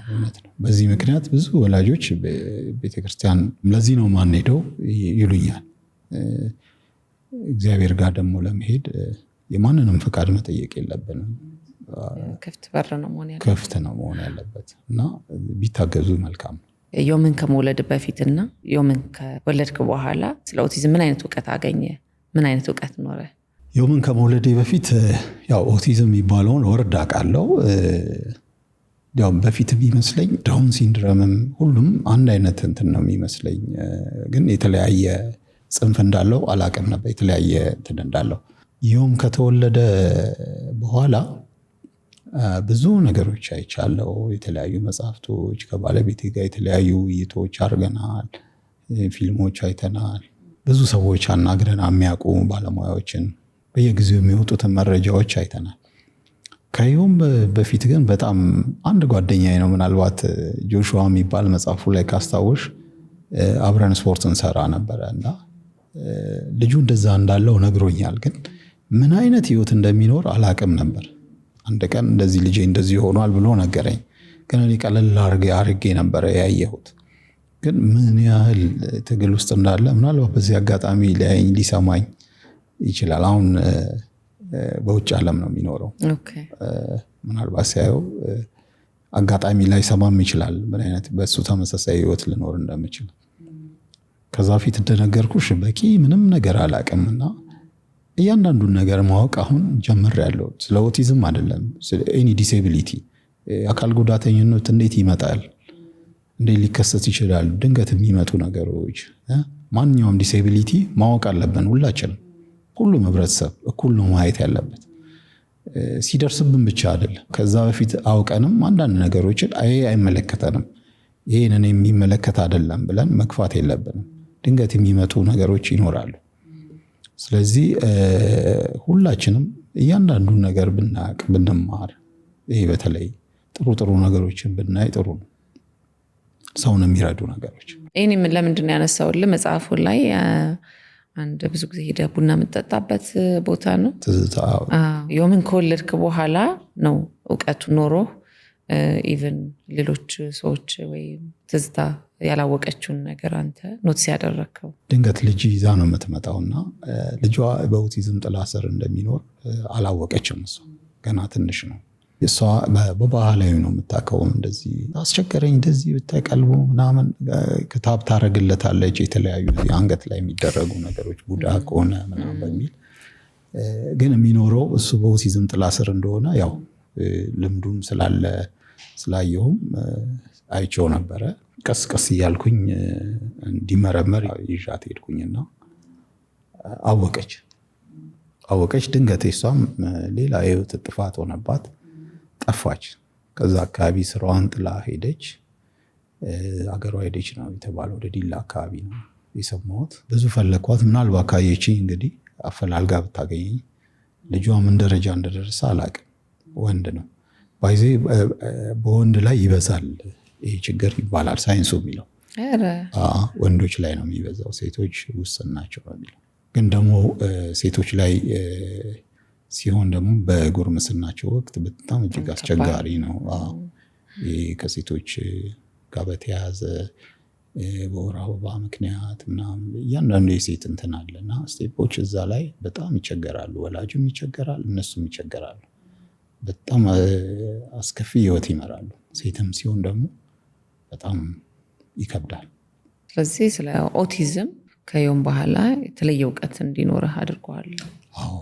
ሌላው ከዚሁ ጋር የይዤ ማንሳት የምፈልገው ያው ዮም በኦቲዝም ተጠቂ ነበር እና ለ11 ዓመት ያህል እንግዲህ አብረህ ሆነ እያገዝከው፣ በዛ ጊዜ ውስጥ እንደው የመሻሻል የመለውጥ የመዳን ምልክቶችን አይተሃል ወይ? በማገዝህ ያገኘው ውጤት አለ ወይ የሚለውንም ነገር እንይ። ምክንያቱም ብዙ ወላጅ ምን ባደርግ ምን ለውጥ አያለው የሚለውን ነገር፣ ምን ብለፋ ምን ሳክሪፋይ ባደርግ ለውጥ አገኛለሁ አያለው የሚለውን ነገር ማሳየቱ ጥሩ ነው ብዬ ስላሰብኩ እናንሳሱ።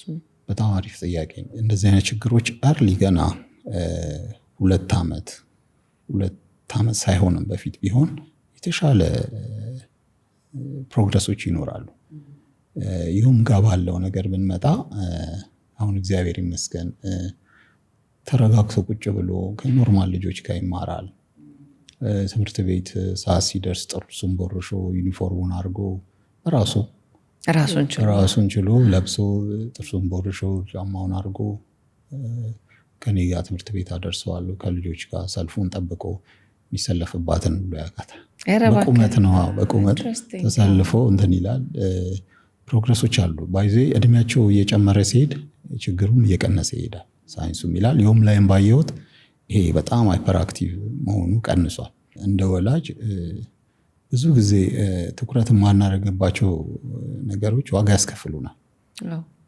በተለይ ልጆቻችን ቀርበውን እንዲያወሩን ካላረግን በጣም ምስቅልቅል ነገር ይመጣል ወደፊት። ከዚሁ ጋር ያይዘን እንደ ቤተሰብ እንደው አሁን እናንተ በመተጋገዝ ከሳምሪ ጋር ይህንን ችግር አልፋችሁት እዚህ ደረጃ ደርሳችኋልና ብዙ ጊዜ እንደዚህ አይነት ኦቲዝም ተጠቂ ልጅ ሲኖር ደግሞ ቤተሰብ የመበጣበጥ ነገር አለ። ኃላፊነቱ ወይ ወደ እናትየው ጫና ሊያዘንብል ይችላል፣ ወይም ደግሞ አንዱ እናትም እንደ ችግር እሷ እንዳመጣችው ችግር ተደርጎም ሊታይ ይችላል። ይህንን ደግሞ እንዴት እንዳለፋችሁ መተጋገዛችሁ ራሱ ያመጣውን ደግሞ ትልቅ ለውጥ ማሳየቱም ጥሩ ስለሆነ ይሄ የቤተሰብ አንድ ላይ የሚወጣውም ችግር ስለሆነ እሱንም ማንሳቱ ስለሚጠቅም የእናንተን ቤተሰብ ተምሳሌት አድርገን እናንሳው። ጋብቻ ከመመስረታችን በፊት ጋብቻ ምንድን ነው የሚለውን ጽንሰ ሀሳብ ማወቅ አለብን። በእግዚአብሔር መንገድ ከሄድሽ ጋብቻ መግቢያ ነው እንጂ መውጫ የለውም። ከዝሙት በስተቀር ትዳርሽን እንድታፈርሺ አይፈቀድም በፈጣሪ ዘንድ ማለት ነው። በዓለማዊ ደግሞ ብታዩ እንደ ተቋም እና 2 ሰው ተረዳርቶ የሚኖርበት ነው። ይሄን ዓላማ ገብቶሽ ካልሆነ ካገባሽ ያንዱን ነገር ያለማክበር ይመጣል። መተጋገዝ ግዴታ ነው። እኔ እንግዲህ ወላጅ አባቴ በጣም በብዛት ሲያግዝ አይ ነበር። እንግዲህ ምናልባት እሱም ጠቅሞኛል።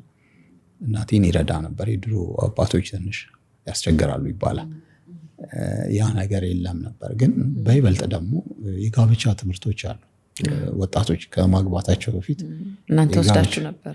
እኔ ብፁዕ አቡነ ኤርሚያስ እሳቸው ናቸው ያጋቡን። በቤተክርስቲያን ላይ የተጋባ ነው እና ከመጋባታችን በፊት የጋብቻ ትምህርት ሰጥተውናል። በጣም የሚጠቅሙ ነገሮች።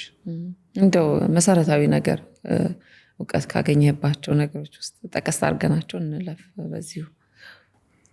ያው ልጆች ሲመጡ በልጆች አስተዳደግ ዙሪያ እንዴት ልጆቻችንን እናሳድግ የሚለው አለ።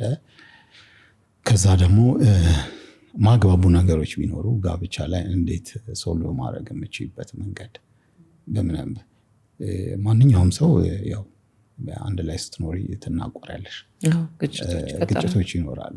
እንደ ሰው የሆነ ነገር ይኖራል። ያ ችግር ከዛሬ 5 ዓመት በፊት የተጣላሽውን አለመምዘዝ። ባለፈው እንደዚህ ብለኝ ነበር ምክንያት ፈልገሽ ማለት ነው። የሆነ የሚያጣላ ነገር ፈጥረሽ እንደዛ ባይሆን። አሁን ብዙ ትዳሮች በዚህ ምክንያት ይፈተናሉ። መጀመሪያ አውቀውት ቢገቡና ነገሮችን አስተካክለው መሄድ ይችላሉ። ታዛዥ መሆን፣ መሸነፍ። አንደኛው እንኳን ቢያጠፋ ተሸንፈሽ ማለፍ። ማሳለፍን ካልቻልሽ አስቸጋሪ ነው የሚሆነው። የድሮ እናቶች ግን በጥበብ ያሳልፉ ነበር። አሁን ስሰማ ማለት ነው ጥበብ እኮ ነው በቃ በጥበብ ያሳልፋሉ። እግዚአብሔር ፈቅዶ እኔም የተወሰኑ ሽምግልናዎች ላይ ይሳተፋለሁ። አሁን እንደዚህ ባለትዳሮች እንትን ሲሉ የሚጣሉበት መንገድ ተገቢ ያልሆኑ መንገዶች አሉ። ያንን ሳያውቁ ነው የተጋቡት ብለሽ ታስቢያለሽ። ስለዚህ መጀመሪያ አውቀው ትዳር ከመመስረት በፊት ወደድኩሽ ለጊዜው ሳይሆን እውነተኛውን ነገር አውቀሽ ብታገቢ የተሻለ ነው። እንዳልከው ለመግባት እንጂ ለመውጣት አይቻልም። ፈጣሪ ዘንድ መውጣት በምንም መንገድ ትዳርሽን የሚበጠብጥ ነገሮችን በዙሪያሽን ያለሽው ተነጋግረሽ መፍታት። ይሄ ዝም አለ ማለት መናገር ያለብሽን ወዲያው ተናግረሽ ማሳለፍ። እንደውም ላይ የነበራችሁ መተጋገዝ እንደው ምን ይመስል ነበረ? ምክንያቱም መጽሐፍ ላይ እንዳነበብኩት ብዙ ጊዜ ጸበል ቦታዎች አብሮ የመሄድ ነገር አለ። ሐኪም ቤትም እንደዚሁ፣ ትምህርት ቤትም እንደዚሁ፣ ሁሉ ነገር ላይ አንተ በደንብ ኢንቮልቭ ታደርጋለህና ያ መተሳሰብና መተባበር መተጋገዝ እንዴት ነበር የሚለውን እንደው የኔ ጎላ እንጂ የሳምሪ የሷ ተናግሮ አያልቅም። እሷ ለልጇ የከፈለችው መስዋዕትነት እጅግ ከባድ ነው። ምናልባት የሷ ራሱ አንድ መጽሐፍ ይወጣዋል ያሳለፈችው። በጣም በብዙ ተጎድታለች ለልጇ ስትል። ሁሉም እናት ለልጁ የሚከፍለውን መስዋዕትነት እሷም ከፍላለች። ወደ መተጋገዝ ያመጣሽውን ጥያቄ ለመመለስ ግዴታ ነው። ይሄ የኔም ልጅ ነው። ዮምን ስለምወደው ለዮም ማድረግ ያለብኝን ማድረግ አለብኝ።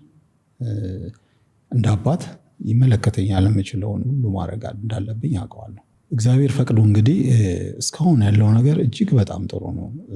ቅድም እንደነገርኩሽ የዮም የእንቅልፍ ሰዓቱ ነበረ በጣም የሚጎዳን የነበረው። እግዚአብሔር ፈቅዶ ግን አሁን የችግር ተቀርፈዋል። በጣም እንተኛለን። ለጥነው ምንድነው ያካካስን ነው። በፊት አልተኛ ነው አይነሳሙላ በመከራ በተኩስ ነው የሚነሳ። ይተኛል። ሲተኛ ራሱ ደስ ይል ያስቀናሻል። በደንብ ነው የሚተኛው። ሌላው እንደው በአለማማረር እግዚአብሔር በማመስገን ውስጥ ደግሞ ብዙ አይቻለሁ እዚህ መጽሐፍ ውስጥና እንደው አንተ ተጠቀምኩ የምትለው ነገር በአለማማረሬ እግዚአብሔርን በማመስገኔ ከስያሜህም አንጻር ደግሞ ዮም ንሴ በሆኑ አይደል? ስያሜው ራሱ ዛሬ የምናመስግን ነው። ይህ ሁሉ ነገርም እያለፈ ዛሬ የምናመስግን ብሎ ገጥሞ ነው አጋጣሚ ገጥሞ ያው ዝም ብሎ አይወጣም ይባላል ስም እኮ አይደለ? ያወጣል ይላሉ። እና እንደው ስለዚህም ነገር ትንሽ ብትለን፣ ምክንያቱም በትንሹም በትልቁም ሰው አማራሪ ሆኗልና እውነት ነው። አንተ ደግሞ በዚህ አይነት የህይወት ጎዳና እያለፍክ እግዚአብሔርን የማመስገኑ ነገር ነበረ። ተስፋ ለመቁረጡ እምነት ላይ የነበረው ጥንካሬ ራሱ ትልቅ ትምህርት ስለሆነ ማንሳቱ ይጠቅማልና ያንን ብርታት እንደው ማን የሰጠ እንዴት ነበር ያገኘው የሚለው የፈጣሪ ፍቃድ ነው። እግዚአብሔር የተመሰገነ ይሁን። እዚህ እንግዲህ እግዚአብሔር ያስቀመጠኝ እንዳመሰግን ነው። የባለፈውን ህይወቴን ረስቼ እሱ የተመሰገነ ይሁን እንድል ብዙ ሰዎች ቀና እንዲሉ ባላቸው ተመስገን እንዲሉ ማንም አሳስበው። የሰው ልጅ ብዙ ይፈተናል፣ ብዙ ችግር አለው፣ ብዙ መከራ ያልፋል። አንዳንዱ በፋይናንስ ይቸገራል፣ አንዳንዱ በልጅ ይፈተናል፣ በጤና ይፈተናል። ግን ባለንበት እሱ ያውቃልና የተመሰገነ ይሁን ብንል ባይዞ የልጄን ስም ያወጡት ሊቀ ኅሩያን የኢየሱስ የሚባሉ በልጅነቴ የመንፈሳዊ ሕይወት በልጅነትሽ መማርሽ በኋላ ላይ ስንቅ ያቀብልሻል። እንደዚህ አይነት ችግሮች ሲኖሩ በፈጣሪሽ እንድታምኚ እንድትተማመኝ ያደርጋል። ችግሮች ያልፋሉ ብለን ለእግዚአብሔር ብቻ ሰጥተን እሱ ትክክል ነው ብለን እንነሳ። የዛን ጊዜ ፈጣሪ ስራውን ይሰራል። እኛ እናመሰግን ነበረ። በቤት ውስጥ በብዛት እግዚአብሔር ይመሰገን ነበረ። አናማረርም። ብቻችንን ቤታችንን ዘግተን ፈጣሪ ይመስገን ነገ ሌላ ቀን ነው እያለን እናመሰግን ነበረ። ያ እንግዲህ ፍሬ ያፈራል። ነገ ደግሞ የተሻለውን ይሁን ደግሞ እናየዋለን። መደገፊያ ኖሩ ራሱ ትልቅ ነገር እኮ ነው አይደለ? እውነትም እንግዲህ የሃይማኖት አስተማሪ አይደለሁም። ያ በነበረህ በነበረኝ የህይወት ልምድ ነው እንግዲህ እና እዚህ ሚዲያም ላይ ማልነግርሽ ፈጣሪ ያደረገልኝ ብዙ ነገር አለ። ያኖረን እሱ ነው። የተለያየ ህይወት የሰጠን እሱ ነው እና እግዚአብሔር ይመስገን። የእምነትን ጥንካሬ ምስላየው ነው ይሄን ያነሳሁት። ያው እንግዲህ አለመንገጫገጭ ብዙ ነገሮች ያው መጽሐፉ ላይ አለ። ብዙ ነገር ደርሶ ብዙ አይተሸዋል። የልጅም መጥፋት፣ ብዙ ነገር በህይወት ያለመኖር፣ እሱን ሁሉ አልፈን በኋላ ደግሞ እግዚአብሔር ሲክሰን በእያንዳንዱ ነገር መጽሐፉ ላይ እግዚአብሔር ክሶኛል። ከዚሁ ጋር ያይዘን ደግሞ የመጀመሪያ ልጅ በኦቲዝም ጥላ ስር ውስጥ ሲሆን ድጋሚ ልጅ ለመውለድ ድፍረት ይፈልጋል አይደል? ከዛ ደግሞ በኋላም ልጅ የማጣትም ነገር ደግሞ ነበረ እና ያንን ፍርሃትስ እንዴት ነበረ የተወጣችሁት? ብዙ ወላጆች እንደዚህ አይነት ልጆች በተለይ መጀመሪያ አካባቢ ከተወለዱ ድጋሚ የመውለድ ፍርሃት ይመጣባቸዋል።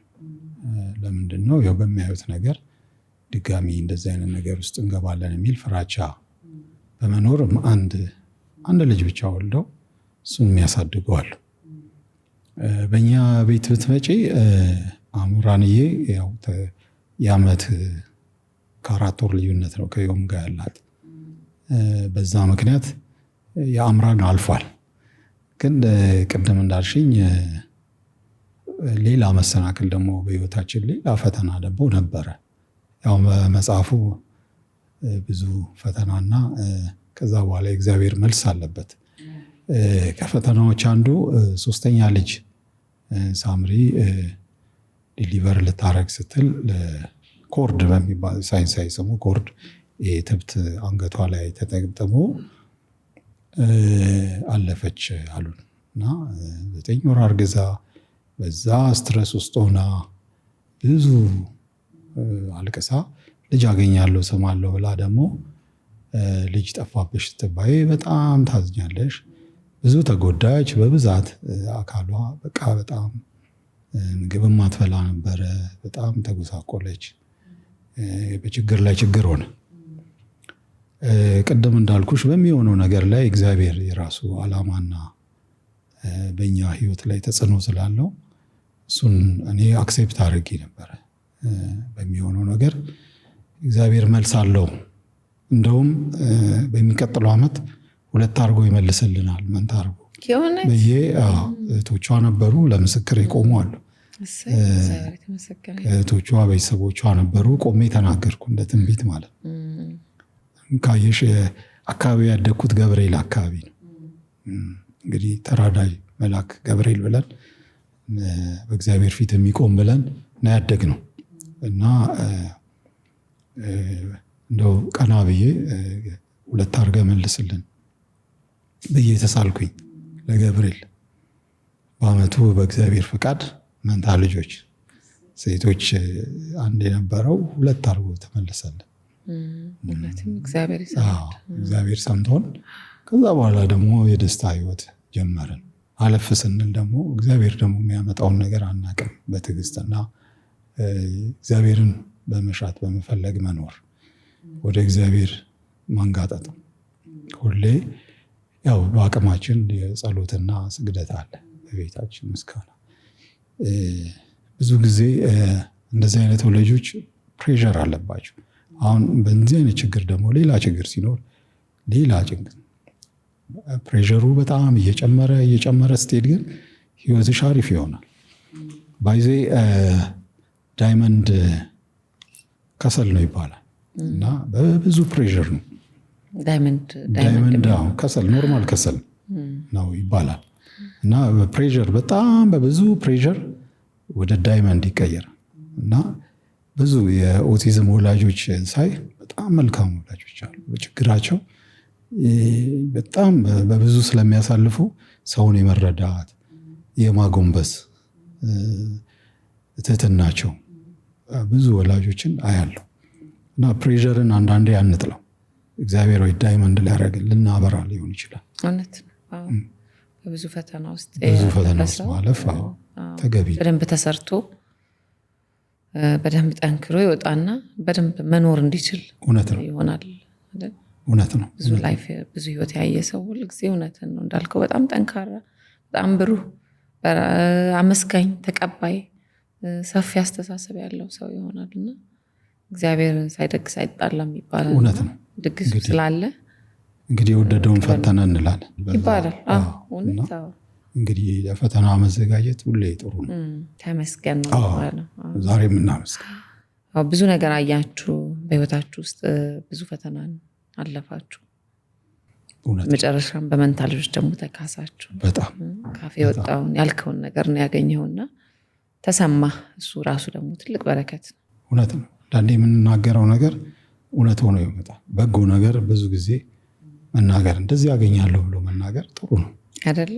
እግዚአብሔርን ተስፋ በማድረግ እግዚአብሔርን በመደገፍ እግዚአብሔርን ትምክህት በማድረግ ይሆናል። ሌላው በዮም መጽሐፍ ውስጥ ዮም ጥሩ ጓደኛ አፍርቶ ነበረ። ዮሐና የምትባል ለክሪስማስም ደብዳቤ ጽፋለታለች እና እሱንም ደብዳቤ አብረን እናንሳ። ምክንያቱም ጓደኛ ማፍራቱ፣ ወዳጅ ማፍራቱ፣ የሚያስብለት ሰው ማፍራቱ ደግሞ አንድ ትልቅ ለውጥ ነውና የጻፈችለትን ደብዳቤ ደግሞ እስቲ ጋብዘን። ዮሐናዬ ባይዜ አንዳንድ የልጆች ልብ በጣም በቃ ከአዋቂዎች የበለጠ ልብ ያላቸው ህፃናት አያለሁ። ዮምን ለመርዳት በጣም እስከ ጥግ ትሄዳለች። ዮሐና ግርማ ትባላለች። ተረድተዋለች። አቀባበሏ ከየት እንደሚጀምር ታውቂያለሽ? ከትምህርት ቤት በርጋ ነው የምጠብቀው፣ ጥበቃ ጋር ዮም ሲመጣ አብራው ለመሄድ ማለት ነው። በጣም ትንከባከበዋለች። በጣም እንዲረዱ ታስረዳለች። ገና እኩያ ናቸው። እሷም አሁን 11 ዓመቷ ነው። በጣም ተወደዋለች ዮምን የእውነት ማለት ነው። በቃ ታየው በቃ አቅፋው ምናምን እጁን ይዛ ነው የምትገባው። እሱም ደስ ይለዋል። ስጦታ ሰጥተዋለች። ደብዳቤም ጽፋለታለች። ደብዳቤው እንደውም ባነብልሽ ደስ ይለኝ። እባክህን እስቲ እዚሁ ስላለ ዮም የሚለው መጽሐፍ ምን ይላል መሰለሽ? ለዮም የጻፈችለት ለክሪስማስ ጊፍት ሰጥታው ከዛ ውስጥ ነው ያገኘሁት። ለዮም ይላል፣ ዮም ጓደኛዬ እንኳን ለገና በዓል በሰላምና በፍቅር አደረሰ። እኔ በጣም ነው የምወድህ፣ ቤተሰቦችንም እወዳቸዋለሁ፣ አከብራቸዋለሁ። እኔ ይህን ስጦታ ለአንተ ነው የገዛውልህ። እኔ ለአንተ ብዙ ነገር ለማድረግ ሞክሬያለሁ። የእኔ የሁልጊዜ ጸሎቴ ላይ አልረሳህም። ጠዋት ስነሳ ምግብ ከመብላቴ በፊት ወደ ውጪ ከመውጣቴ በፊትና ስተኛ ስለአንተ እግዚአብሔርን እየለመንኩልህ ነው። አንተን ወደ ጤና ወደ ትክክለኛ ማንነት እንድትቀየር የሁልጊዜ ጸሎቴ ነው። እግዚአብሔር ይማርህ፣ ደስታን ይመልስልህ፣ አሜን ይላል። ብሩህ ልጅ ናት።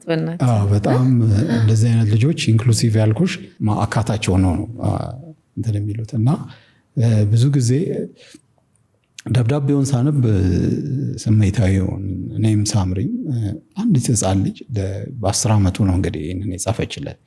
አንድ ህፃን ልጅ እንደዚህ የምታስብ ከሆነ ለምን ህብረተሰባችን እነዚህ ልጆች አልተረዱትም ብዬ በጣም አዘንኩኝ። እቺ ህፃን ልጅ ገና ያልበቀለች ልጅ ነች። እሱ ብቻ አይደለም የሚገርምሽ፣ አንድ ጊዜ እንዳየው ታውቂያለሽ? እሷ ሴት ነች። ዮምዬ ሽንት ቤት እየተጠቀመ ጠፋብኝና እየተጠቀመ ነው ለካ እንደዚህ ብላ ሶፍት ታቀብለዋለች።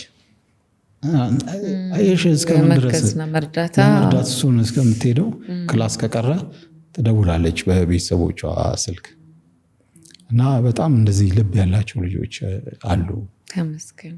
ወደፊት እነሱ ተስፋችን ይሆናሉ። እውነት እነሱ ችግሩን ያቀሉልሻል። እንደዚህ አይነት ልጆች እንደምታገዝ እንደምታሰብ ስታውቅ ቀላል ሸክም ሲመጣ በብዙ እንደ ጋርድ ነው ታጅቦ። ዮሐንስ የሚባል ጓደኛ ያለው ቢሮ ላይ ሰብሪና እንደው ያልጠራዋቸው አሉ። ብዙ በጋርድ ነው የሚሄደው ማለት ብዙ ናቸው። በቃ አጅበውት በጣም ደስተኛ ነው።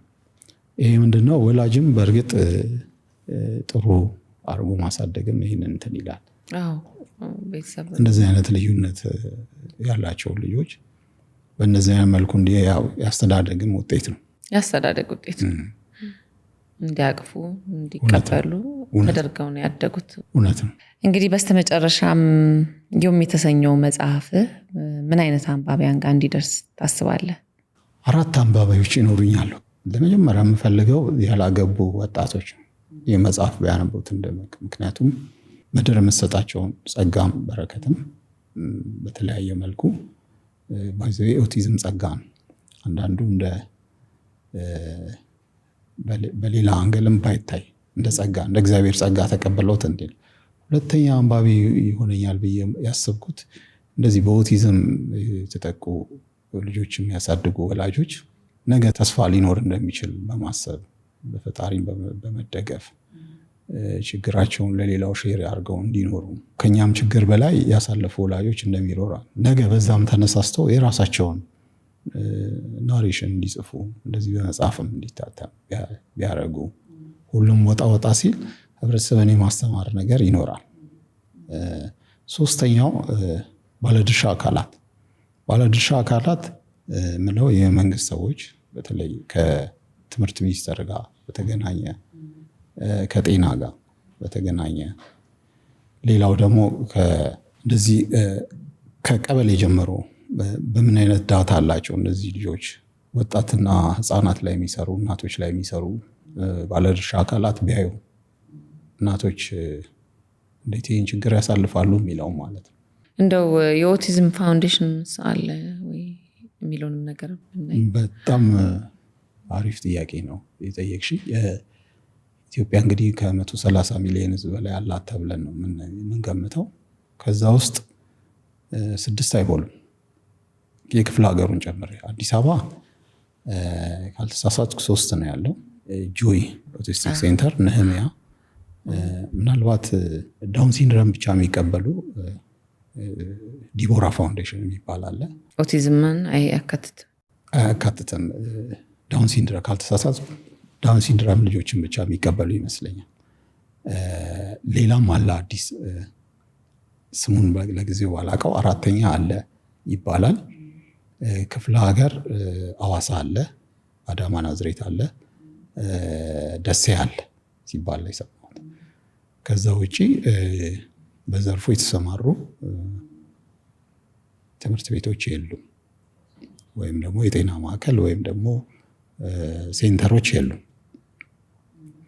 ይሄ ደግሞ ችግሩን በጣም አሳሳቢ ያደርገዋል። አሁን ለምሳሌ ያህል በአንድ ወቅት የኦም ጆይ ኦቲስቲክ ሴንተር ገብቶ ነበር በ6 ዓመቱ 5-6 ዓመቱ ላይ በወቅቱ ዌቲንግ ሊስት 1000 ምናምነኛ ነበር። በቂ ቦታም ስለሌለ በቂ ቦታ ስለሌለ ይጠብቅ ተብሎ በአጋጣሚ በእድሜ እርከኑ አንድ ክፍተት ቦታ ተገኝቶ ነው ካለ ወረፋው የገባው የነበረው። ግን ፕሮግረሱ በተሻለ ኢንክሉሲቭ ቢማር የተሻለ ነው በሚል በዶክተር እና በእኛም ሪኮሜንዴሽን ከዛ ወጥቶ ደግሞ ወደ ኖርማሉ ገባ። ይህን እድል የማያገኙ ደግሞ በጣም በሚሊዮን የሚቆጠሩ አሁን በሺዎች አልፎ ወደ ሚሊዮን ሳይጠጋ አይቀርም። ሁሉም ዝም ነው ያለው። ይሄ ዝምታ ደግሞ መሰበር አለበት። ሁሉም ልጆቹን ማየት አለበት። የህዝብ ልጆች ናቸው፣ እንደ አንድ ዜጋ መቆጠር አለባቸው። አሁን እዚህ ጋር ማንሳቱ ምን ይጠቅማል መሰለ? እንዲህ አይነት ትምህርት ቤቶች ሲሄድ መሻሻል እንደሚኖር ከዛም አልፎ ደግሞ ማንኛውም አይነት ትምህርት ቤት ገብቶ መማር የሚያስችል ደረጃ ድረስ መሻሻል እንደሚኖረው ወላጅ ካወቀ፣ ቤተሰብ ካወቀ ልጁን አውጥቶ እንደዚህ አይነት ቦታዎችም የመውሰድ ነገር ይኖራል። እንደዚህ አይነት ሴንተሮችም ይስፋፋሉ። ቤተሰብም ከጭንቀቱ ትንሽ እፎይ የሚልበትን ቦታም ያገኛል። ቤት ውስጥ ይዘህ ልጅህን አንተም ሳትሰራ ቁጭ ከምትል ልጅህም ጥሩ ቦታ መዋል ይችላል። ከዛ ደግሞ ለውጡን ደግሞ ትልቅ አድቫንቴጅ ነው ለቤተሰብ፣ ትልቅ እረፍት ነው የሚፈልገው ነገር ነው እና ያው ማንሳታችን ወላጆችም ይህን እንዲያስቡበት ያደርጋል ብዬ አስባለሁ። ቅድም እንዳልኩሽ ይሰመረበት ቀጣይ ጦርነት ነው የሚሆነው። ምክንያቱም በጣም ምስቅልቅል የሆነ ማህበራዊ ህይወት ከሰፈር ነው የሚጀምረው። ጦርነትም ስገጥሚ ቅድም እንዳልኩሽ ህብረተሰብን አሳትፈሽ ነው ጦርነት የምትገጥሚ። አሁን ለምሳሌ ኮቪድ ላይ ርብርብ እንደተነበረው ማለት ነው። ይህም ደግሞ አዌርነሱ ኖሮ ርብርብ ቢደረግ የተሻለ ነው። ነገ የወላጆቹን ህይወት ስንቱ ዲፕረስድ ሆኖ ስንት ለሀገር የሚጠቅም ዜጋ በየቤቱ ይቁጠረው የቀረው መስራት እየቻለ፣ በተለይ ደግሞ በውጭ ዓለም ያሉት እንዴት እንደማሰባቸው እንደሚያሳዝኑኝ። አጋሽ ሳይኖርሽ ሄደሽ የምተነፍሽበት ቦታ ሳይኖርሽ ልጅሽን ወይ ወንዱ ወይ ሴቱ ይዘው ቁጭ ሲሉ በጣም ከባድ ነው። እግዚአብሔር ደግሞ ነገ የተሻለ ነገር ያመጣል። እምነታችን ነው። አዌርነሱን ክሬት ማድረጉ የሚጠቅመው እንዳልኩ ለካ ይሄ አለ የትም ቦታ ብሎ የመውጣት ነገሩ ገፍቶ የመውጣት ነገሩ እንዲኖር ያደርጋል። ሴንተሩን እንዲበዛ ያደርጋል። መተጋገዙን ስሜት ያመጣል። ማህበረሰቡ ማግለሉን ነገር እየጠፋ ይመጣል ወይ እየቀነሰ ይመጣል የሚለው ነገር ይሆናል ብዬ አስባለሁ። እኔ በእኔ እምነት እንግዲህ እውነት ነው። ነገ የተሻለ ነገር ይመጣል። ግን ቅስቀሳ የለም፣ ወጥቶ የሚያስተምር የለም፣ ማህበርም የለም። እስከማውቀው ድረስ ማህበር የወላጆች ማህበር ያስፈልጋል። እንደዚህ አይነት ወላጆች ያሉ ማህበር አንዳንድ እንደዚህ ይሄ ማህበራዊ ግዴታ ለመወጣት እንደዚህ አይነት ነገር ቀርቷል። ድሮ ማስታውሰው እንደዚህ ቤተሰቦቻችን እንትን መስራት ፋዘራውን ቀበሌ ያግዝ ነበር። የባንክ ባለሙያ ነበረ። በጣም ድሮ የባንክ ባለሙያ ማለት ማናጀር ማለት በጣም በቃ ትልቅ ቦታ ትልቅ ስታተስ ነው። እኛ ስናድግ በጣም በቃ የባንክ ማናጀር ልጆች ተብላችሁ ነው እንዳሁኑ ሳይሆን ግን እዛም እየሰራ ቀበሌ የሚያግዝ ነበር። ይህ ምንድነው ማህበራዊ ግዴታውን ይወጣ ነበር። አሁን ቀበሌ አገዝ ቢባል አንድ ሰው የህብረተሰብን ማገዝ መሆኑን አናውቅም። ግን ይህን ነገር ያው በሂደት በትምህርት ብናመጣው አሪፍ ነው እንጂ ማህበር በሌለበት ማንን ትጠይቂያለሽ? እኔ ማንን ላናገር? እኔ አሁን የሚመለከተውን ሰው ለማናገር ምንድነኝ ብዬ ነው ወደዛ መቀርበው? አንድ ሰው ነኝ።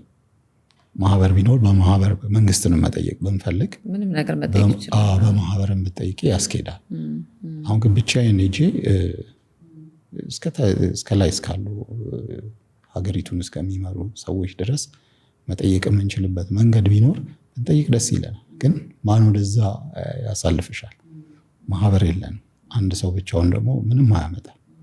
ግን ወደፊት የሚታየኝ እንግዲህ ሰዎች መጣ ሲሉ ለችግሩ ትኩረት ይሰጣል።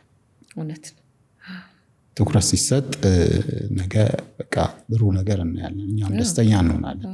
ውጤቱን ለማምጣት ይረዳል። እኛ ያሳለፍንበትን መንገድ ሌላው እንዲያሳልፍ አልፈልግም። በቃ ዋናው መነሻዬ ይሄ ነው። እዚች ጋር የተቀመጥኩበት ዋና ምክንያት እኛ ያሳለፍነው ሌላ ሰው እንዲያሳልፍ አልፈልግም። ብዙ ማዘን፣ በብዙ መከፋት፣ በብዙ ጨለማ ህይወት ውስጥ ኖረናል እና ያንን ደግሞ ሸክም ማቃለል አለብን ካሁኑ። እውነት። እስቲ እንደው በመጨረሻ ይኸውም አባት ማስተላለፍ የምትፈልገው መልእክት ካለ ምስጋናም እንደው እድሉን በሰፊው ልስጥ። በጣም ደስ ይለኛል። በቅድሚያ ስለሆነው ነገር ፈጣሪ ይመስገን፣ እግዚአብሔር ይመስገን። ማስተላለፍ የምፈልገው መልእክት ህብረተሰባችን እነዚህን ልጆች ይመልከት። እነዚህን ወላጆች ከልጆቹ እኩል ወላጆቹን ይረዳ። ምን አይነት ህይወት ነው የሚኖራቸው? ከጎረቤትን ጀምሮ ጎረቤት አካባቢ ያሉ በማገዝ በመረዳዳት ያላቸውን ጫና ከበር በማድረግ በሰፈር አካባቢ ጫና ቢኖር እንኳን በእድርም በባልትና የነሱን ነገሮች በልጆቻቸው ላይ ያለውን ጫና ስላለ እነሱን የተለየ ፕሪቪሌጅ ቢሰጣቸው፣ በጤና ቦታ የተለየ ፕሪቪሌጅ ቢሰጣቸው፣ በቤተ ክርስቲያን በእምነት ተቋም መስጊድም ሊሆን ይችላል፣ ሌሎችም በየእምነት ተቋማቱ የተለየ ነገር ቢሰጣቸው፣ የተለየ ጥቅም ቢሰጣቸው። ምክንያቱም ያላቸውን ህይወት እጅግ አስከፊ ስለሆነ እጅግ አሳዛኝ ህይወት ስለሚመሩ እንደ ዜጋ እንዲያመርቱ የእነሱን ሸክም ማቅለል። ምስጋና ላልሽኝ በጣም ማመሰግናቸው ሰዎች አሉ። ግን ከመጽሐፉን ጀምረና ወደ ህይወት እቀጥላለሁ። እሺ። መጽሐፉ እንዲወለድ መጽሐፉ እንደዚህ ድንቅ እንዲሆን ያደረገው ወዳጄ ጥላሁን ክፍሌ ይባላል። ጥሌ ወዳጄ ነው። ተስጦም አለው የስነ ጽሁፍ። የሙሉ ጊዜ ጸሐፊ አይደለም። አረ በጣም ግሩም አድርጎ ነው የጻፈው።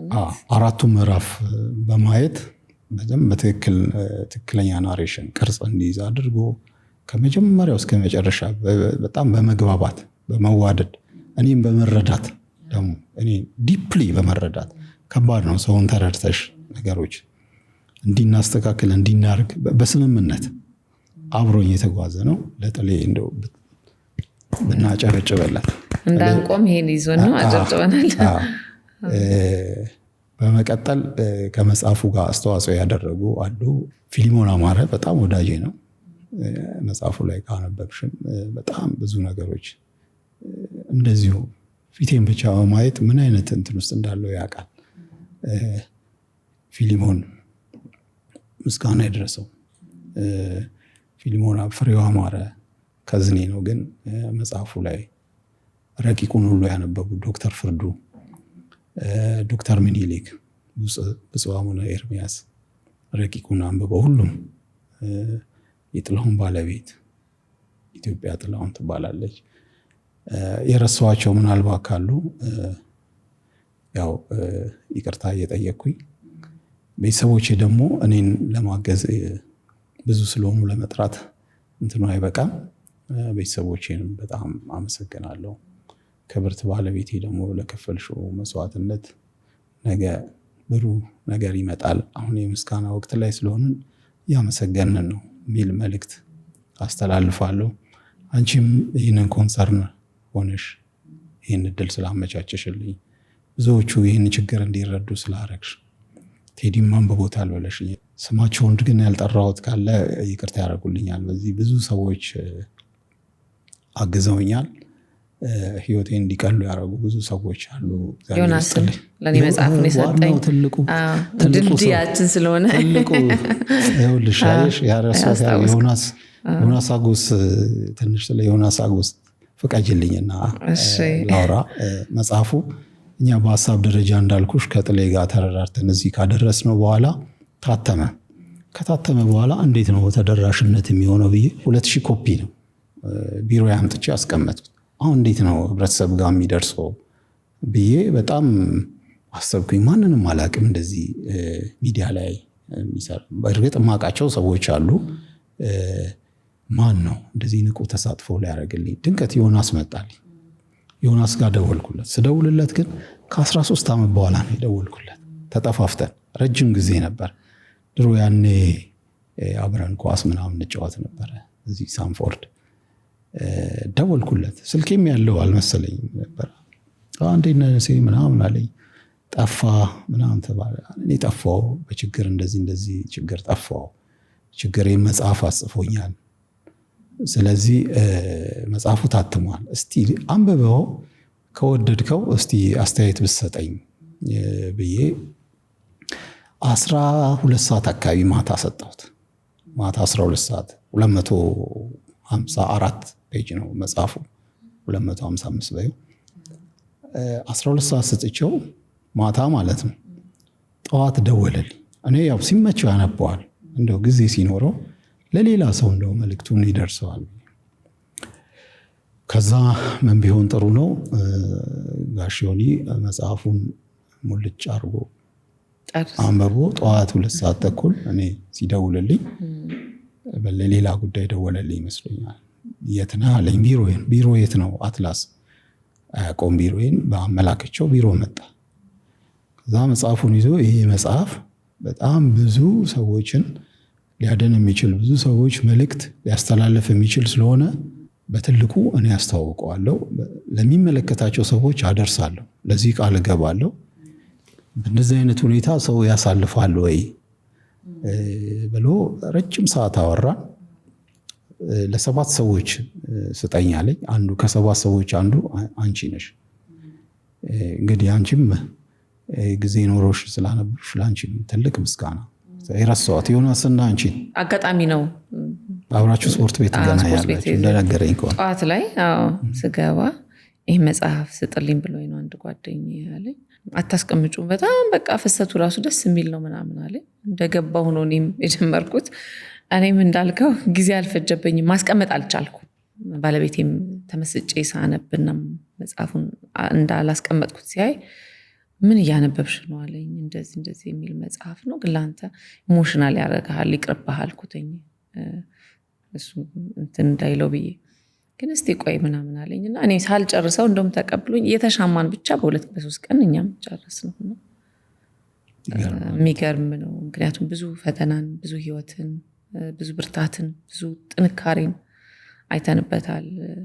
ዮም እንግዲህ ስለ ዮም ብቻ አይደለም የሚያወራው ህይወትን ነው የሚያወራውና ብዙ ሰዎች እንዲያነቡት በዚህ ሁኔም ሰጀስት አደርጋለሁ። እንደሚያመሰግኑኝም ተስፋ አደርጋለሁ። በጣም እግዚአብሔር ይስጥልኝ። ቴንክ ዩ በጣም አመሰግናለሁ። እግዚአብሔር ይስጥልን። እዚህ ድረስ እንግዲህ መተህ አንተም ያለህን ሀሳብ ደግሞ ስለ መጽሐፉ የተሰማን እየጠየቅን በደንብ ትንታኔ ስላደረክልን እጅግ በጣም አድርገን እናመሰግናለን። በእኔም በተመልካችም ስም ተመልካችም እንግዲህ መጽሐፉን አንብቦ ደግሞ እንድትገናኙበት በኮሜንት ሀሳባቸውን እንዲሰጡ እንጋብዛለን። ቆንጆ መጽሐፍ ነው፣ አንብቡት፣ ታተርፉበታላችሁ እንላለን። እግዚአብሔር ይስጥልኝ። ቴንክ ዩ አመሰግናለሁ። እግዚአብሔር ይስጥልኝ፣ እግዚአብሔር ያክብርልኝ። እኔም እጅግ አድርጌ አመሰግናለሁ። ለብዙዎች ድምፅ ይሆናል በሚል ይህን መጽሐፍ ለሌሎች ስላስተዋወቅሽ ስለነገርሽ በጣም አመሰግናለሁ። ስራሽ ይለምልብ እያለሁ። አሜን አሜን። እግዚአብሔር ይስጥልን። እንግዲህ ተመልካቾቼ ዛሬ ቆይታ ከአምለሰት ጋር ፕሮግራማችን ይህን ይመስላል። ጥሩ ትምህርት እንዳገኛችሁበት፣ ጥሩ ሀሳብ እንደያዛችሁበት ተስፋ አደርጋለሁ። በሚቀጥለው ሳምንት ደግሞ ከሌላ እንግዳ ጋር እስከምንገናኝ ድረስ ደህና ሰንብቱ።